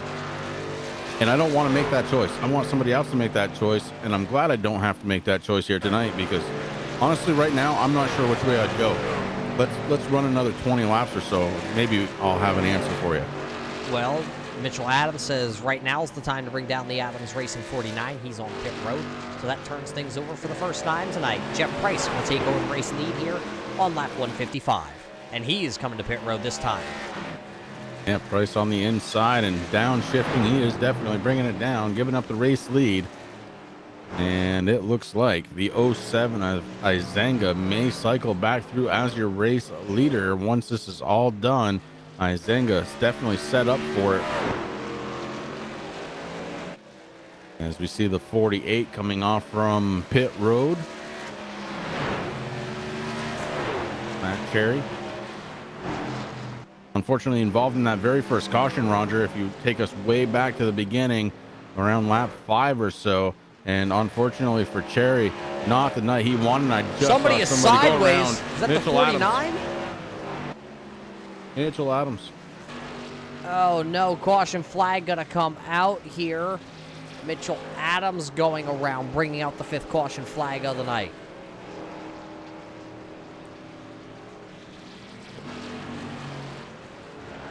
So with Adams going around, just taking a peek quick at the time of the scoring to see everybody had already been down on pit road. But let's take the look back here at Mitchell Adams and see what happened to him.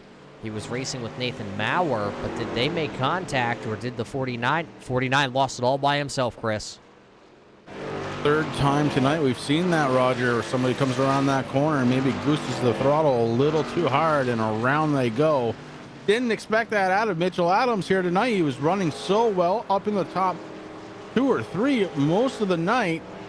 but now finds himself in 7th spot, and everybody has to make up their mind really quick about what is the play that's going to keep him up front. Yeah, let's ride back on board here with Mitchell Adams. You hear it, he's playing with the throttle, and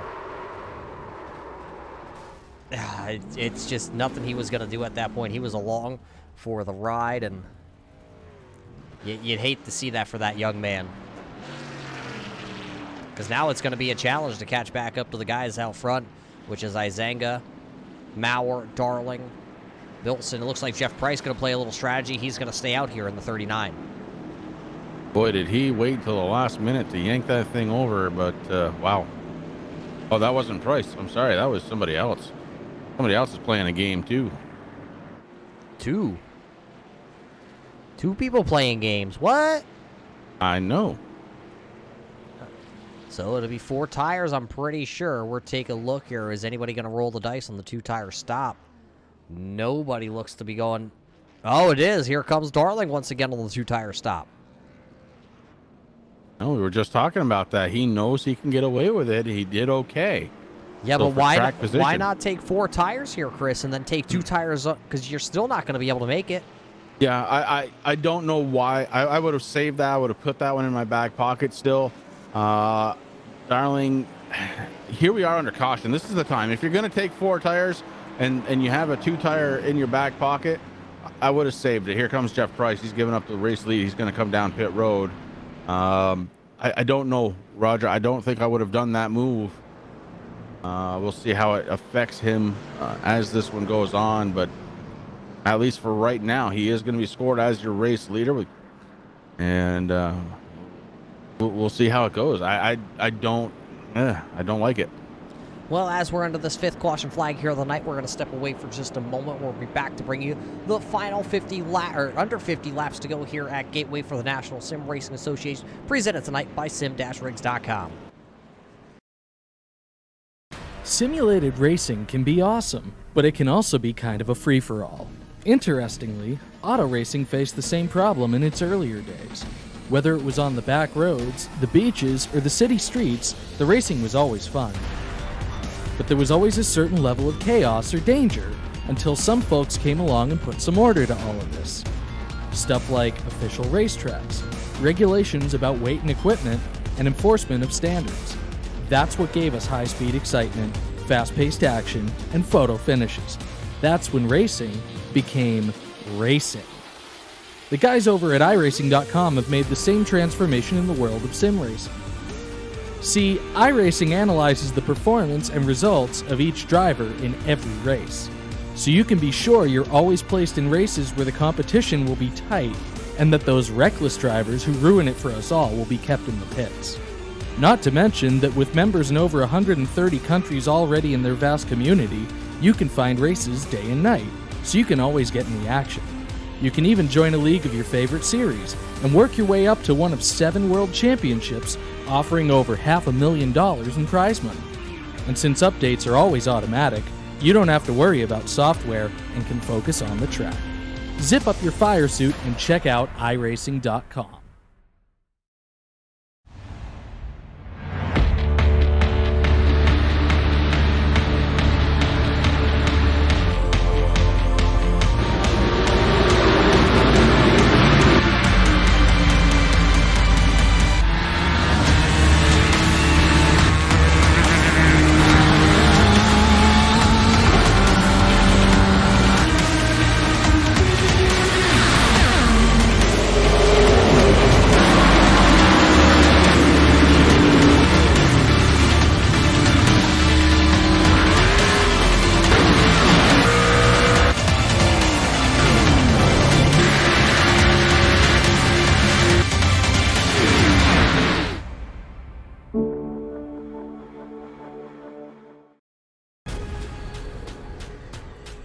The most realistic online racing sim ever made.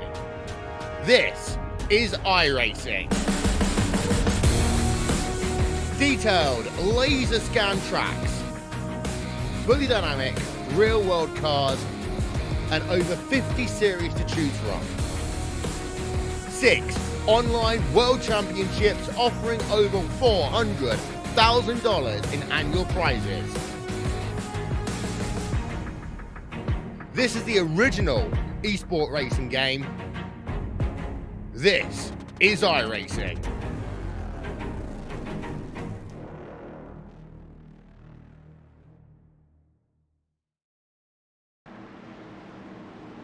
You see it, race fans, back here at Gateway. The trucks are doubled up here. That means we're going to go back racing with about 39-ish, give or take a lap or two here to go in this one. Out front, the 2-tire stop of Christopher Darling. Outside him, going to be the 07 of Ben Izanga. Chris, interesting strategy. Darling taking 2 tires and taking the inside lane.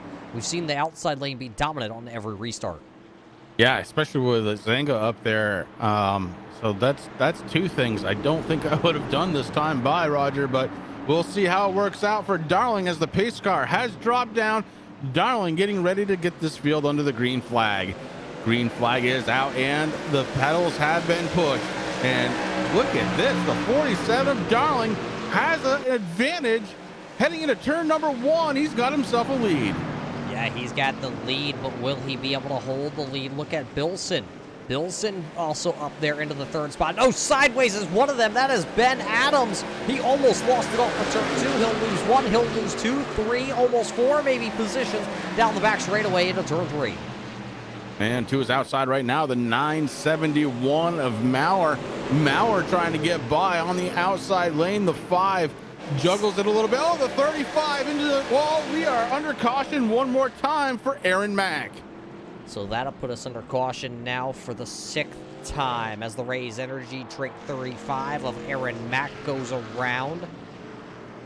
He was racing, I think it was, with Matt Cherry for that lucky dog spot, and now it's going to go to Matt Cherry. So let's take a look back here on the 35 of Aaron Mack. You're watching from the blimp camera. You just see the rear end step out. Around goes Aaron Mack into the inside wall. Hard contact with the nose.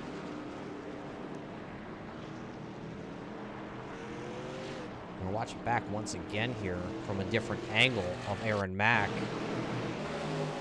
Let's zoom on in on that Rays Energy Drink machine and see it. There it just steps out.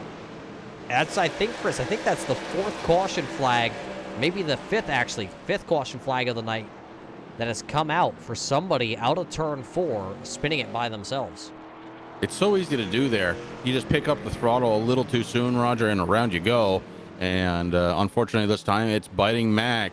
And a tough night becomes even tougher for the man who is, well, he's really stretching that internet. He's really far away over in Korea.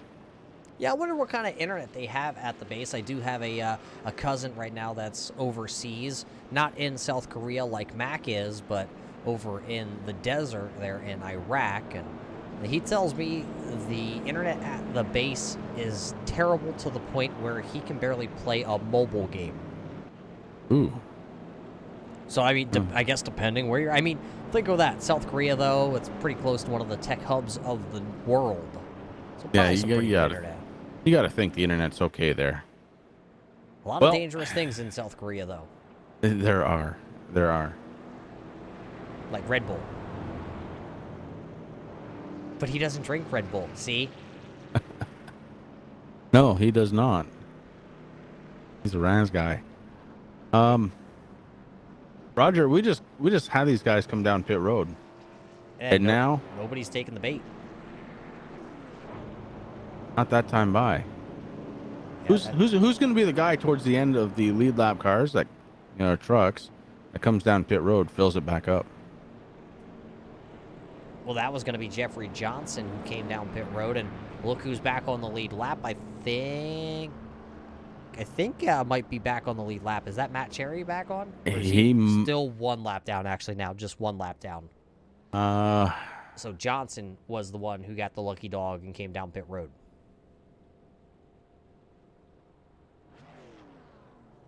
Yeah, unfortunately, Cherry's still being scored that 1 lap down. Of course, Mack now down 3 laps after that last crash. Chip Hansen down 13. And Jeff Wyatt in that Toyota, the 86, down 28 laps right now.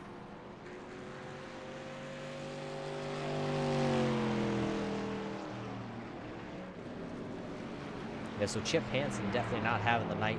That truck has been off the pace since the get-go. A lot of damage on that Gamecocks Chevrolet. Taking a look, it does look like Wyatt has called it a night here at Gateway. Along with him, little baby Yoda, Mitchell Stair calling it a night, Doug Neal, and Justin White all calling it nights here at Gateway. And, well, closing in, Chris. Still lights are on the pace truck. The True Sim Motorsports driver, the sim-rigs.com 47 with that beautiful paint scheme. If you had to pick a paint scheme tonight, who do you got as your best one? Well, as much as I like the stars and bars on any truck at all, I might have to shoot myself over to the 5th place runner, the number 20 Toyota. Man, that thing is just, it grabs my eye. The royal purple, number 20 of Nick Bradley. Yeah, when I had the Trans Am back in the day, royal purple was the only thing I put lubricant-wise in that thing, and let me tell you, that is not some cheap stuff. I used to have an old beater Saturn. When the Trans Am got an oil change, so did the Saturn. Hey, don't waste the royal purple. It was still good after drag racing the Trans Am. Throw it into the old beater car. Oh, I knew you were going to go there. Hey, $95 for an oil change on an LS1 Trans Am. Oh, yeah, I know. And that royal purple, but it's good stuff. I mean, you can't knock it. It's a good product. Yes, it's expensive.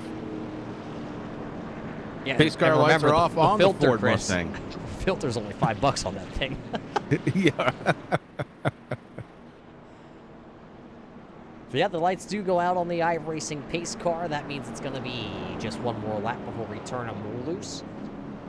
Getting closer to just 30 laps left in this one. It'll be Chris Darling, then Ben Izanga to the outside. Same way they just restarted just a moment ago.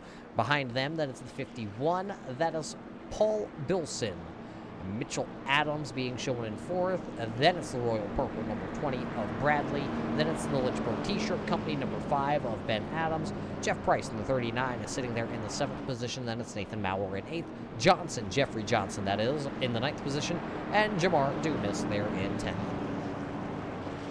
I'm picking up a little slack here, I think, for not picking the 5 truck in chat. And I agree, it's a good-looking truck, but that purple just grabs my eye every time I see it on screen. If I wasn't going to pick the stars and bars, I was picking the number 5. So, I mean, I'm with the fans. You're on your own. Here we go, getting ready to go back to the green flag one more time. Pedals are pushed. And the 47, once again, with a pretty good restart. Not quite as good as the last time, but okay. Heading into turn number 1, the 47 down on the inside. Zenga trying to hold on to that outside lane, holding the momentum. Can't quite get it. Right now, the battle for 3rd spot. Mitchell Adams and Paul Bilson. And Bilson not able to hold on. Mitchell Adams moves up the 3rd spot now. Adams moving through the field after that solo spin. Yeah, and as he's moving through the field, so is Izanga. He goes back to the point here at Gateway with a power move to the outside of that 47 of Chris Darling. Look at Mitchell Adams, though. You're right. He is coming. He's the man on the mission. He wants to be able to spin and win here tonight at Gateway, and now back into the 3rd spot. But Bilson not going to let the Indy Autosports Adams Racing entry just run away and hide. Yeah, Bilson was right back on the rear bumper. Now got a little bit of separation. Does Adams. Adams looking to the inside of Chris Darling for 2nd. So Adams driving out of the windshield and out of the mirror right now as he is trying to move himself up into 2nd spot. Meanwhile, as Zenga looks in the rearview mirror, just checks it, says, "Yep, everything's fine. I am gone. I am a rocket ship. I have led the most laps here tonight, and I want to win." As we look off our rear-pointed camera here from our friend north of the border, this time by to be just 30 laps to go here at Gateway, left out of the 200 laps, 250 miles of racing tonight here from the Gateway. Oh, contact there. I believe that was the 5 of Ben Adams who got a little touch there from the 33 of Johnson. They made the contact, and the 5 of Adams went up the track. Yeah, he went up the track and he slid back. So he was battling with the 20 of Nick Bradley, and that was for position. And then all of a sudden, he finds himself back in ninth spot, right behind the 33 of Jeffrey Johnson Jr. Triple J finds himself at eighth spot. So Johnson in that lonely Ford being represented here tonight at Gateway. It's almost like watching the Gander Outdoors trucks. There's only like 4 Fords out there, and well, there's only 1 Ford out here tonight. So nothing changed from the virtual world to the real world, you know, the size amount versus how many Fords are out there. But hey, look at Nathan Maurer. He's going to move up into that 6th position. Maurer in 6th, but just ahead of him, it's Jeff Price, that 39. Holding sound on the 5th spot. Paul Bilson ahead of him. Bilson just a little bit ago was on the back bumper of Mitchell Adams. Now finds himself in 4th spot. Chris Darling separates the two. Yeah, Darling now running in the 3rd spot. Remember, he is on that 2-tire stop. So is Jeff Price, actually, as I'm looking through the notes handed down from the producers. Price also on those 2 tires, and this is the first time tonight that Jeff Price has chosen to take 2 tires on that 39. So maybe that's what we'll see on the long run here, because at this point, they're going to be real close to making it. I don't know if they can make it from this point on. I don't think so. It's going to be close. It'll be going the longest we've seen anybody go all night. Last time on pit road, lap 157 for most of the guys on the lead lap, 163 for a couple of them. I don't see that happening, Roger. That's going to be a heck of a stretch. That'd be take out some of the caution flags. You know, you're still going to be around 30 laps or so. That's too far. Yeah, right now, Bilson would be the one inside the top 5 that has, or actually, no, sorry, that would be Price and Maurer that have the most fuel out of the top 6 drivers, but it's going to be close. We'll see if they saved enough. If not, who's going to play or roll the dice and come down pit road? That's bearing another caution flag here tonight, but with 26 laps to go, I don't think we're going to see another caution. I mean, anything can happen, and anything probably will happen, but you're right. I don't think we're going to have another caution flag out here tonight. And so these guys have to be on their seats, and they have to be doing the math. They have to figure out when they're going to come down, when it'll best suit their trucks. And at this point in the night, they know what they have. They know if they have a long-run truck, a short-run truck, and when they should come down for tires, when they're going to find the most speed. And it really is going to come down to tires here. I believe we're going to see some guys maybe who haven't done 2-tire stops all night, maybe find their way into that right side only. Yeah, but that could wind a lot of these drivers into a tough situation and possibly, you know, not having a good finish. Also, if something were to go awry and have them go around, I mean, is it too late to really try that strategy? Maybe that's why Price was trying it now on that 39 machine to get himself a little acclimated to it. I mean, Darling, you know, definitely one of those drivers where he has already done it a handful of times here tonight, so he knows exactly how that truck is going to handle him, too. Yeah, just kind of get to your point, Roger. No, I don't think it's too late to do anything. If you're looking for a win, you try whatever you have to try to get up towards the front, and if that's 2 tires, so be it. Devil be damned.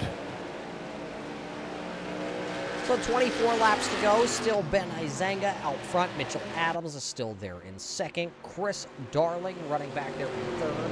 Paul Bilson is 4th, and rounding out the top 5 is Nathan Maurer. A couple of those drivers in the championship hunt. Ben Izanga is not, but the next 4 drivers in line, Adams, Darling, Bilson, and Maurer, they are all in that championship hunt.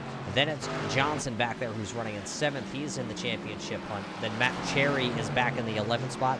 He's also there running for a championship shot, and he is right now the one that's having the worst luck of them all tonight here at Gateway. Still a lot of racing though, Roger. This is a big track, 1.25 miles, and with 23 laps to go, it is Ben Izanga, and man, it's been Ben Izanga pretty much all night long, with the exception of when he had that EOL penalty way back when.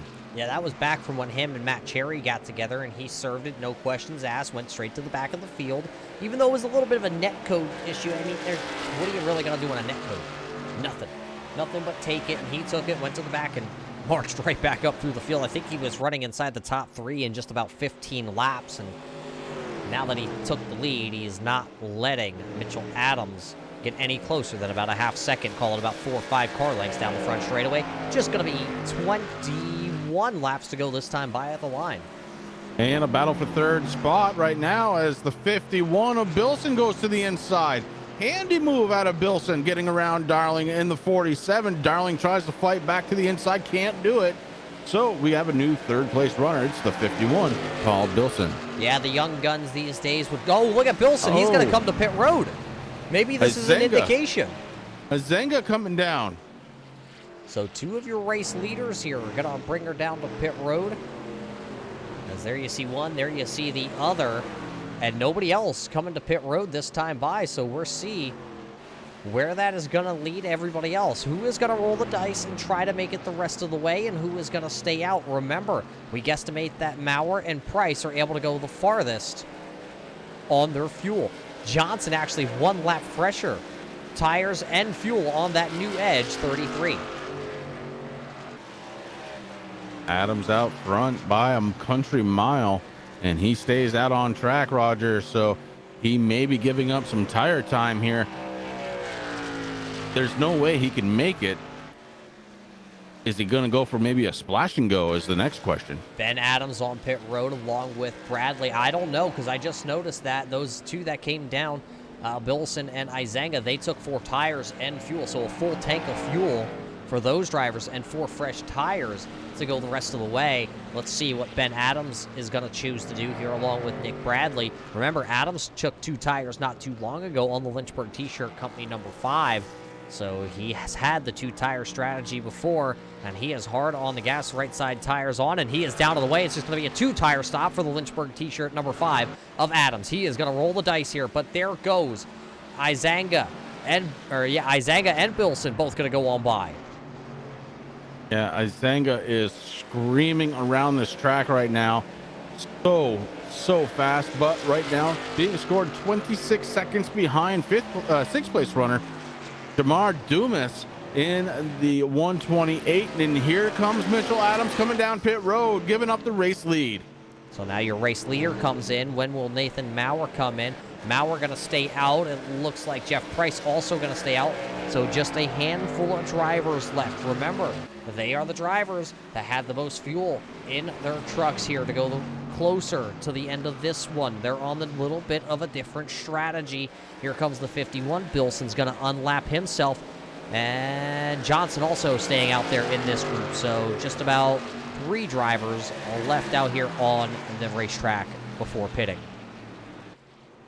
2-tire stop for Mitchell Adams, and he heads back out onto the racing surface. After that 2-tire stop, it's going to be tight between him and Ben Izanga.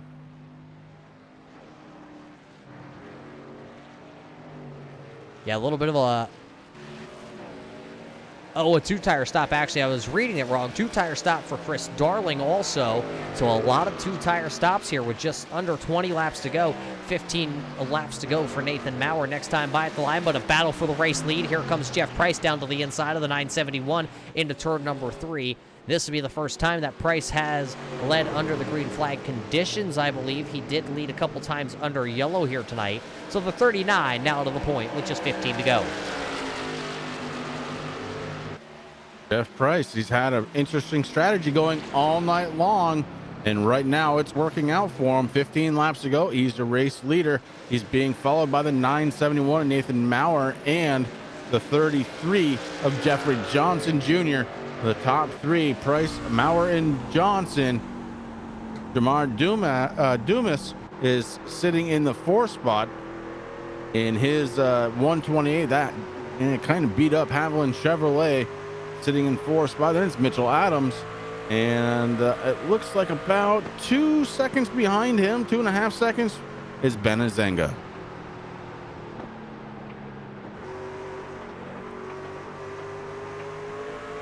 As you see the 5 there of Ben Adams, he will unlap himself, and now he will go on to the same lap as your race leaders. Jeff Price continuing to stay out here. Something not going as planned here for the 47 of Chris Darling. That 47 truck is backing up here. maybe this set of tires is not handling as well for the driver of that 47. Remember, he took 2 tires also under that caution flag, so a lot of laps on those left side tires. Yeah, and that could be loosening up that car, Roger. Listen, I used to try and do a 2-tire stop. Every time I did it, it got to the point where I couldn't drive it. And that was just having left sides on for 1 stop of 2 tires. 2 times, I definitely wouldn't try it. But you know what? Right now, he's doing a good job. The 47 starting to pull away from Ben Adams just a little bit in the 5. So what do I know? Yeah, what do I know either, because I called it that he was slowing down, like something went awry on the 47 here in the late going. But Jeff Price still out here, still rummaging around. It'll be 11 laps to go when he gets back to the line. Will he stay out this time, though? To get that 11 to go marker, it looks like he is going to power on by the access road, and to turn number 3 he goes. He stays out. Will Nathan Maurer join him? He does. Where is Jeffrey Johnson? He stays out also. So your top 3 right now have a 5-second lead over the 128 of Dumas, and then it is, I believe, from the race leader back to this man who has already made his final pit stop of the night. That is a 21-second gap back to Mitchell Adams and his 2 tires when he came down to pit road. Yeah, Adams closing the gap a little bit, but 20 seconds, a huge number to make up until right now. We're under yellow, Chris. Matt Cherry has gone around. The woes continue for the 48 machine here tonight.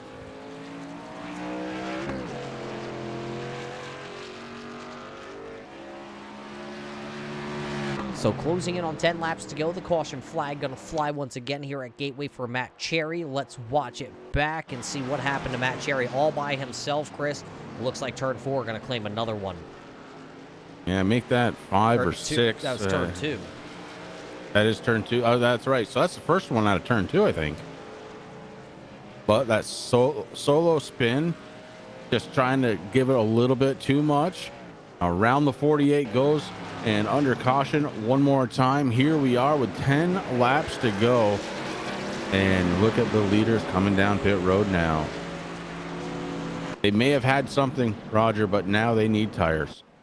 Yeah, everybody's going to be coming. I don't expect too many drivers to be staying out here because I think you're going to get eaten up. It looks like, is that the 49? Mitchell Adams is going to stay out, I believe. So we will see if that strategy is the winning race call here. Ben Izanga, though, going to come down pit road. So it's just going to leave Mitchell Adams on the island. And actually, Bilson also going to stay out. So what do you do here? 2 tires if you're Maurer? 2 tires if you're Price? Or 4 tires and go? I think it's got to be 2 tires and go. You're not going to need any more fuel. You've already taken care of that. It's 2 tires. Oh, well, for Price, he's going to need some fuel, but he's already on the way. Oh, Lordy. I don't want to make these decisions. 2-tire stop for Price, and he is actually going to win the battle off pit road. Actually, it's a 4-tire stop for Price. He wins the battle off pit road. That crew getting it done for the driver of the 39 here tonight. Ben Izanga, 2-tire stop. Maurer with a 4-tire stop. Johnson, 4 tires. So, Chris, only 1 2-tire stop, and it was by Ben Izanga.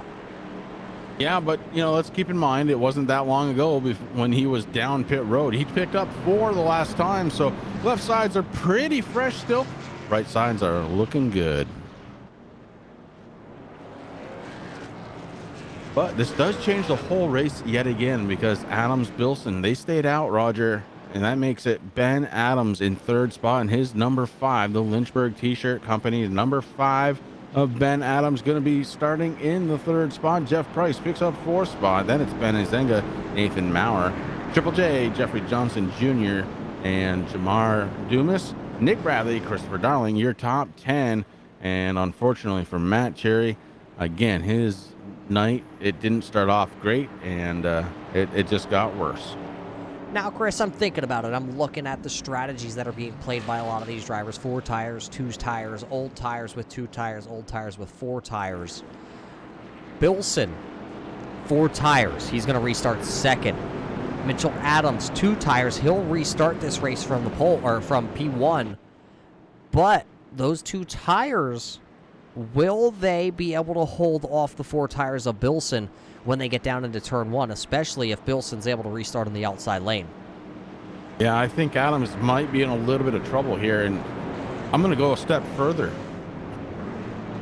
The left side tires are old. What happens when he starts putting the power down to that number 49, Roger? He's got to be careful not to spin those tires. Yeah, they may just not hook up, but then you got to think Price is back there. He's got 2 tires also. He'll restart 4th, so you have 2 drivers with 2 tires restarting in the top 4. And we'll see if they even start in the same lane. I mean, if they're not in the same lane, then we're thinking a whole nother ballpark and whatnot of things that are going to happen here. But or not. Price has 4. I keep thinking Price took the 2 tires. Price took the 4 tires, not the 2 tires. Izanga is the one who took the 2 tires. So I mean, the different strategies here tonight in this race here tonight for the National Sim Racing Association, presented by sim-rigs.com for the Truck Series. I mean, it's throwing us for the loop, Chris. We thought it numerous times, like, all right, this time it's going green to the end. This time it's going green to the end. Caution flag. It's going green to the end here, and look at this. With just 10 laps to go, caution flag again. Yeah, and now 7. It's probably going to be 5 when we take the green again. You know what? I'm not going to guess anymore, Roger. I'm just going to watch, report what's happening, and take it from there. Well, Chris, what do you think about...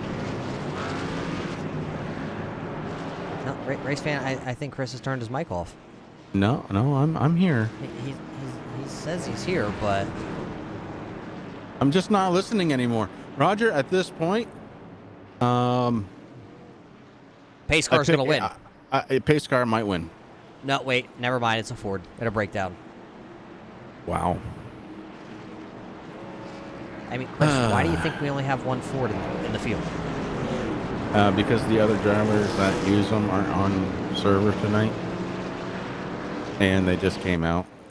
So a lot of guys don't want to change their paints. Give it time, Roger. It's going to be Ford heaven out there. I'm trying not to laugh, Chris.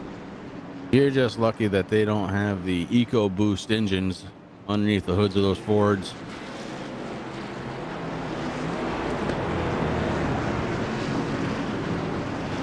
I wish they'd bring Dodge back. Me too. But what I do know is coming back is the green flag and a half a lap. It'll be 5 laps to go when we go green flag racing. Bilson will restart to the inside as Mitchell Adams, your race leader, chose the outside lane here for this restart.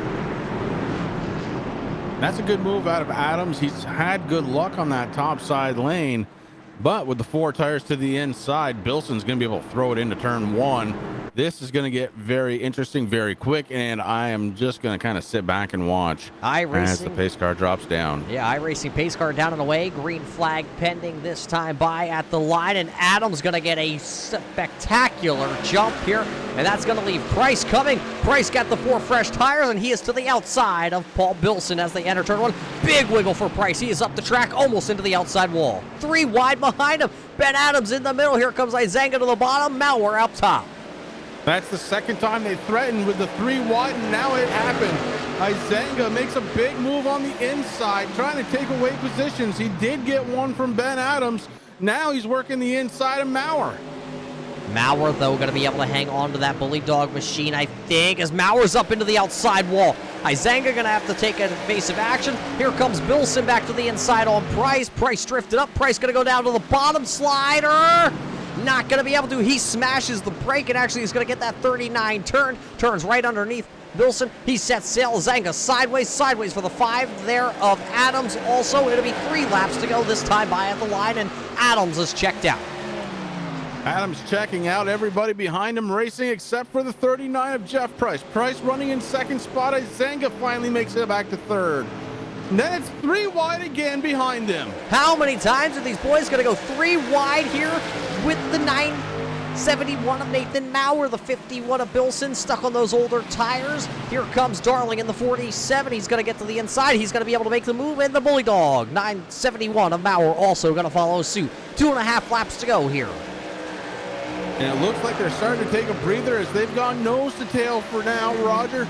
with just 2.5 laps to go. Make it 2 1/4 as they're running out of turn number 4 right now. Your race leader, Mitchell Adams, he's looking in the back mirror. Here comes Jeff Price. Price actually closing the gap. Yeah, popsicle stick's going to be in the air. Just 2 more laps to go here at Gateway for the National Sim Racing Association, presented by sim-rigs.com. And Adams trying to run away and hide, but Price is going to be right there looking out of turn number 2. He has closed the gap. Now just about a truck and a half back to Jeff Price off Mitchell Adams.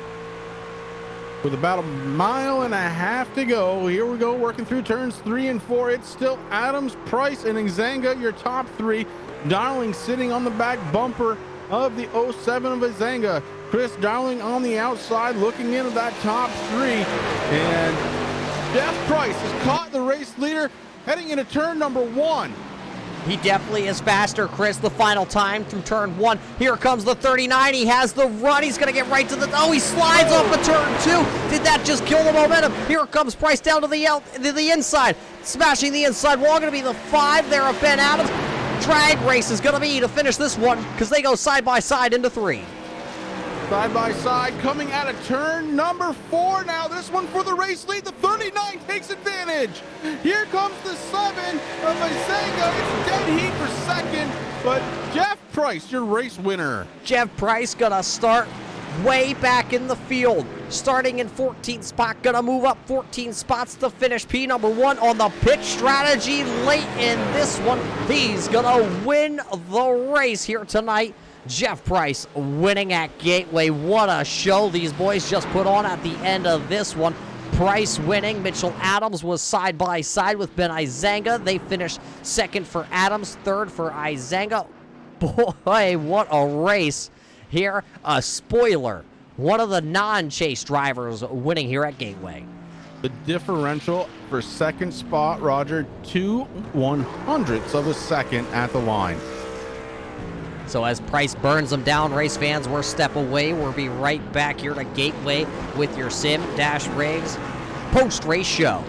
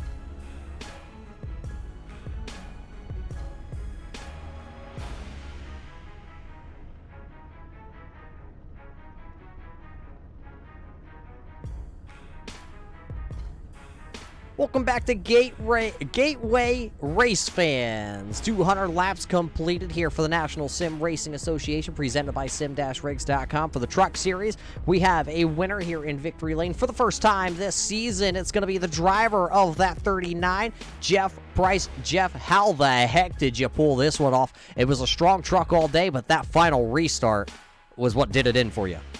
Oh, absolutely. Man, this truck was on fire. I thought I threw it away. About halfway through the race, I got into the turn 4 wall. It was a heck of a run. You know, the caution came out there at the end. I was saving the heck out of fuel, and I had plenty of it. And caution came out, so I was like, you know what? I was going to take 2 tires. Like, forget it. Let's take 4. Get going. And Paul, he gave me a little bit of room. I went down in the corner, and I overshot it on the restart, and so I just crossed him over. And he came back at me, and I managed to get back around him again. And hands off to Mitchell for running me nice and clean there. That was a lot of fun. It been a while since I've won one of these things. I got my first ever iRacing win at this track in this truck, so it's a big one for me.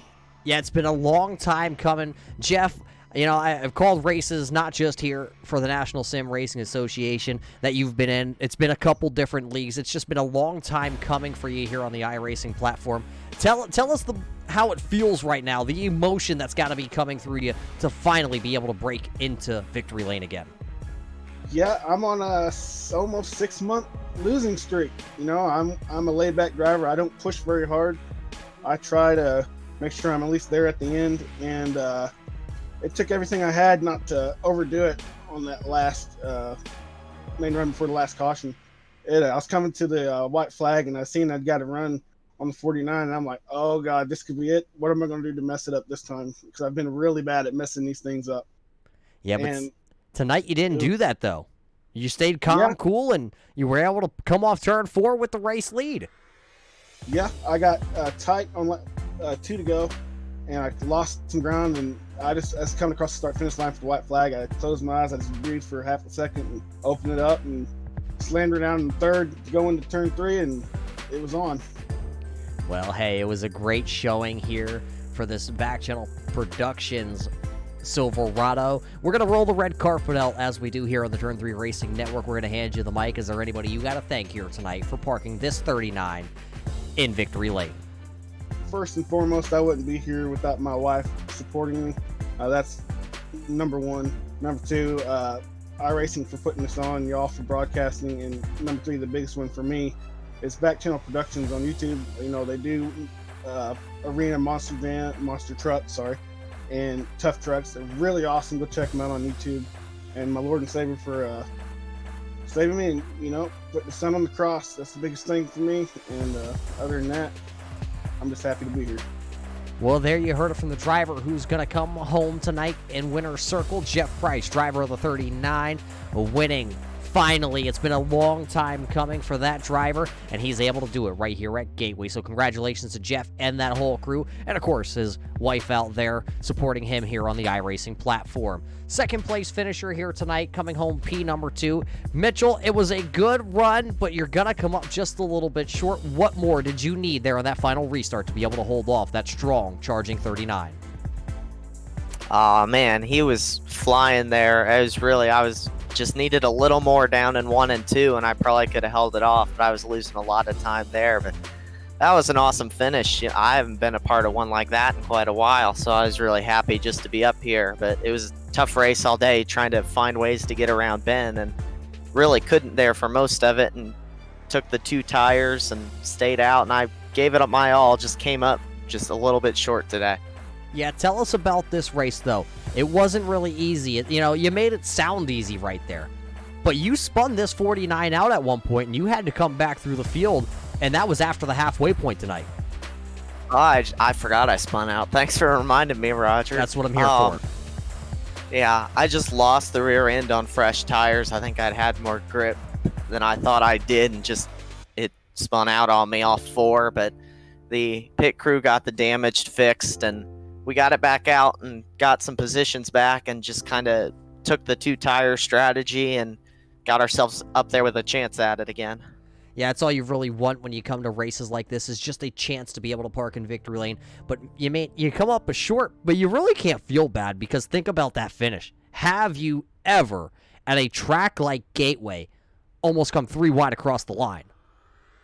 Oh man, no. This is my first time racing this track too, and we had a blast out here. The racing was awesome, and I couldn't have hoped for a better finish than that. That was really fun, even if I didn't win the race. That was super fun. Well, Mitchell, it's a spin and a second place finish here tonight. Who do you got to thank for parking the Indy Auto Sports Adams Racing 49 here on the podium? To all the fans watching, I know I've got a few fans watching tonight. Shout out to all of them. Indy Auto Sport, on the car. Just everyone that helps support the 49 and everyone that helps put the league on. It had a blast tonight.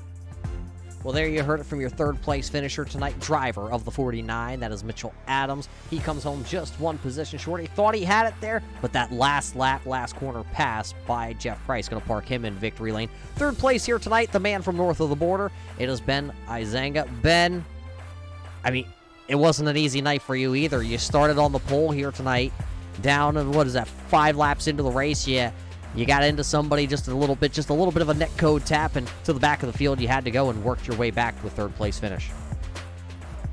Yeah, it was a long night. I through practice, through qualifying, I thought I was the truck to beat, and I guess for parts of it I was, but it was kind of my race to lose, and here we are. So it's just kind of the way it goes, I guess. Yeah, sometimes you have a dominating truck and you're able to go all the way wire to wire out front. Not that way here tonight. But what do you think, let's just already forget Gateway. Forget it, throw it in the trash. You're not racing for the championship. You're racing for wins at this point. Looking ahead at the schedule, there's just 2 races left here in the National Sim Racing Association series here for the Truck Series. You got Indianapolis coming up next week. You have a bye week, and then you go to Las Vegas for the season finale. Out of those 2 races, where do you think you're going to be able to park this 07 back in victory lane? Honestly, when we look at Indianapolis, I've never run the trucks there, but I've run a lot of Xfinity there, and I've been really strong in the Cup cars too. So hopefully I can work something out there. But a lot like tonight, this is my first race at this track, so maybe I'll work something out just like tonight. And then Vegas, Cookie Cutter Mile and a Half, I usually figure those out pretty well too, so maybe we'll have a good shot at the end of this season. Well, only 2 more races to get it done, but here tonight at Gateway, it was a good, strong showing still for the 07 crew. Who do you got to thank for a 3rd place finish here tonight at Gateway? Yeah, I got to thank my teammates from S2R, Bill Edwards and James Lorello, who both couldn't make it tonight, but we got a pretty solid showing for the team nevertheless. Got to thank USCRL, all the guys who put on the league, everyone who works on these broadcasts. You guys do an awesome job as well. And my family for supporting me. Well, there you heard it from your 3rd place finisher here tonight. Ben Izanga going to come home 3rd. Mitchell Adams, you heard from him. He came home 2nd. First tonight, it was the man in the 39, and nobody had anything for him out of turn number 4. May not have been the fastest truck all night here, but it was the fastest truck from turn 4 to the start-finish line. And Chris, that's all you absolutely need, is just to be able to lead that final lap. I'll tell you what you need, Roger. You need determination, and all night, Jeff Price had determination. He got himself in a position to win, ultimately did. Congratulations once again going out to Jeff Price. That was a heck of a finish. Yeah, Jeff Price able to park it back in victory lane. Let's take a quick look here at our race results here tonight. You just heard from the drivers that finished 1, 2, and 3. That was Jeff Price, Mitchell Adams, Ben Izanga comes home 3rd. 4th is going to be Darling, and Maurer runs 5th there. Remember the 2 rivalry right there. Johnson is 6th, Bilson is 7th, Dumas runs in 8th, Bradley is 9th, Ben Adams rounds out the top 10. Matt Cherry, talk about a rough night for the driver of that 48. He finishes 1 lap down, running in the 11th spot. Aaron Mack is 12th, Chip Hansen runs 13th, Travis White is 14th, Jeff Wyatt runs in the 15th spot. Little baby Yoda gonna come home in the 16th spot. Then it's Doug Neal 17th, 18th, gonna go to Justin White. Those are your 18 trucks that took the green flag here tonight at the Gateway or Worldwide Technology, or you get it at this point. But that's gonna about do it here from us here at Gateway. Coming up next here for the National Sim-Rigs.com is going to be Indianapolis next week. Then we have an off week for the 4th of July before we go championship racing at Las Vegas. Chris, I don't know about you, but Indy should be a pretty good showing next week. I think it's going to be a pretty good battle. We know we're going to be dropping some drivers again from that championship run, and nobody wants to be that guy. So it's something that I'm looking forward to. I can't wait to bring in all the action here from Indianapolis next Friday night for the National Sim Racing Association, brought to you by Sim-Rigs.com Truck Series. I want to thank everybody once again for coming on out to the Turn 3 Racing Network. You just watched a barn burner finish, and man, that's going to have me up for about another couple hours. You can't script them, race fans, but what you can script, you can write it down on the calendar. Next week, Indianapolis Cut race right here on the Turn 3 Racing Network. Chris, you're going to bring all the action next week as I'm away out there in central Pennsylvania for Sprint Week here in PA. But until we catch you next time, race fans, for Chris Legou, I'm Roger Amuth and all the guys over here at the Turn 3 Racing Network. We will catch you next time right here on Turn 3.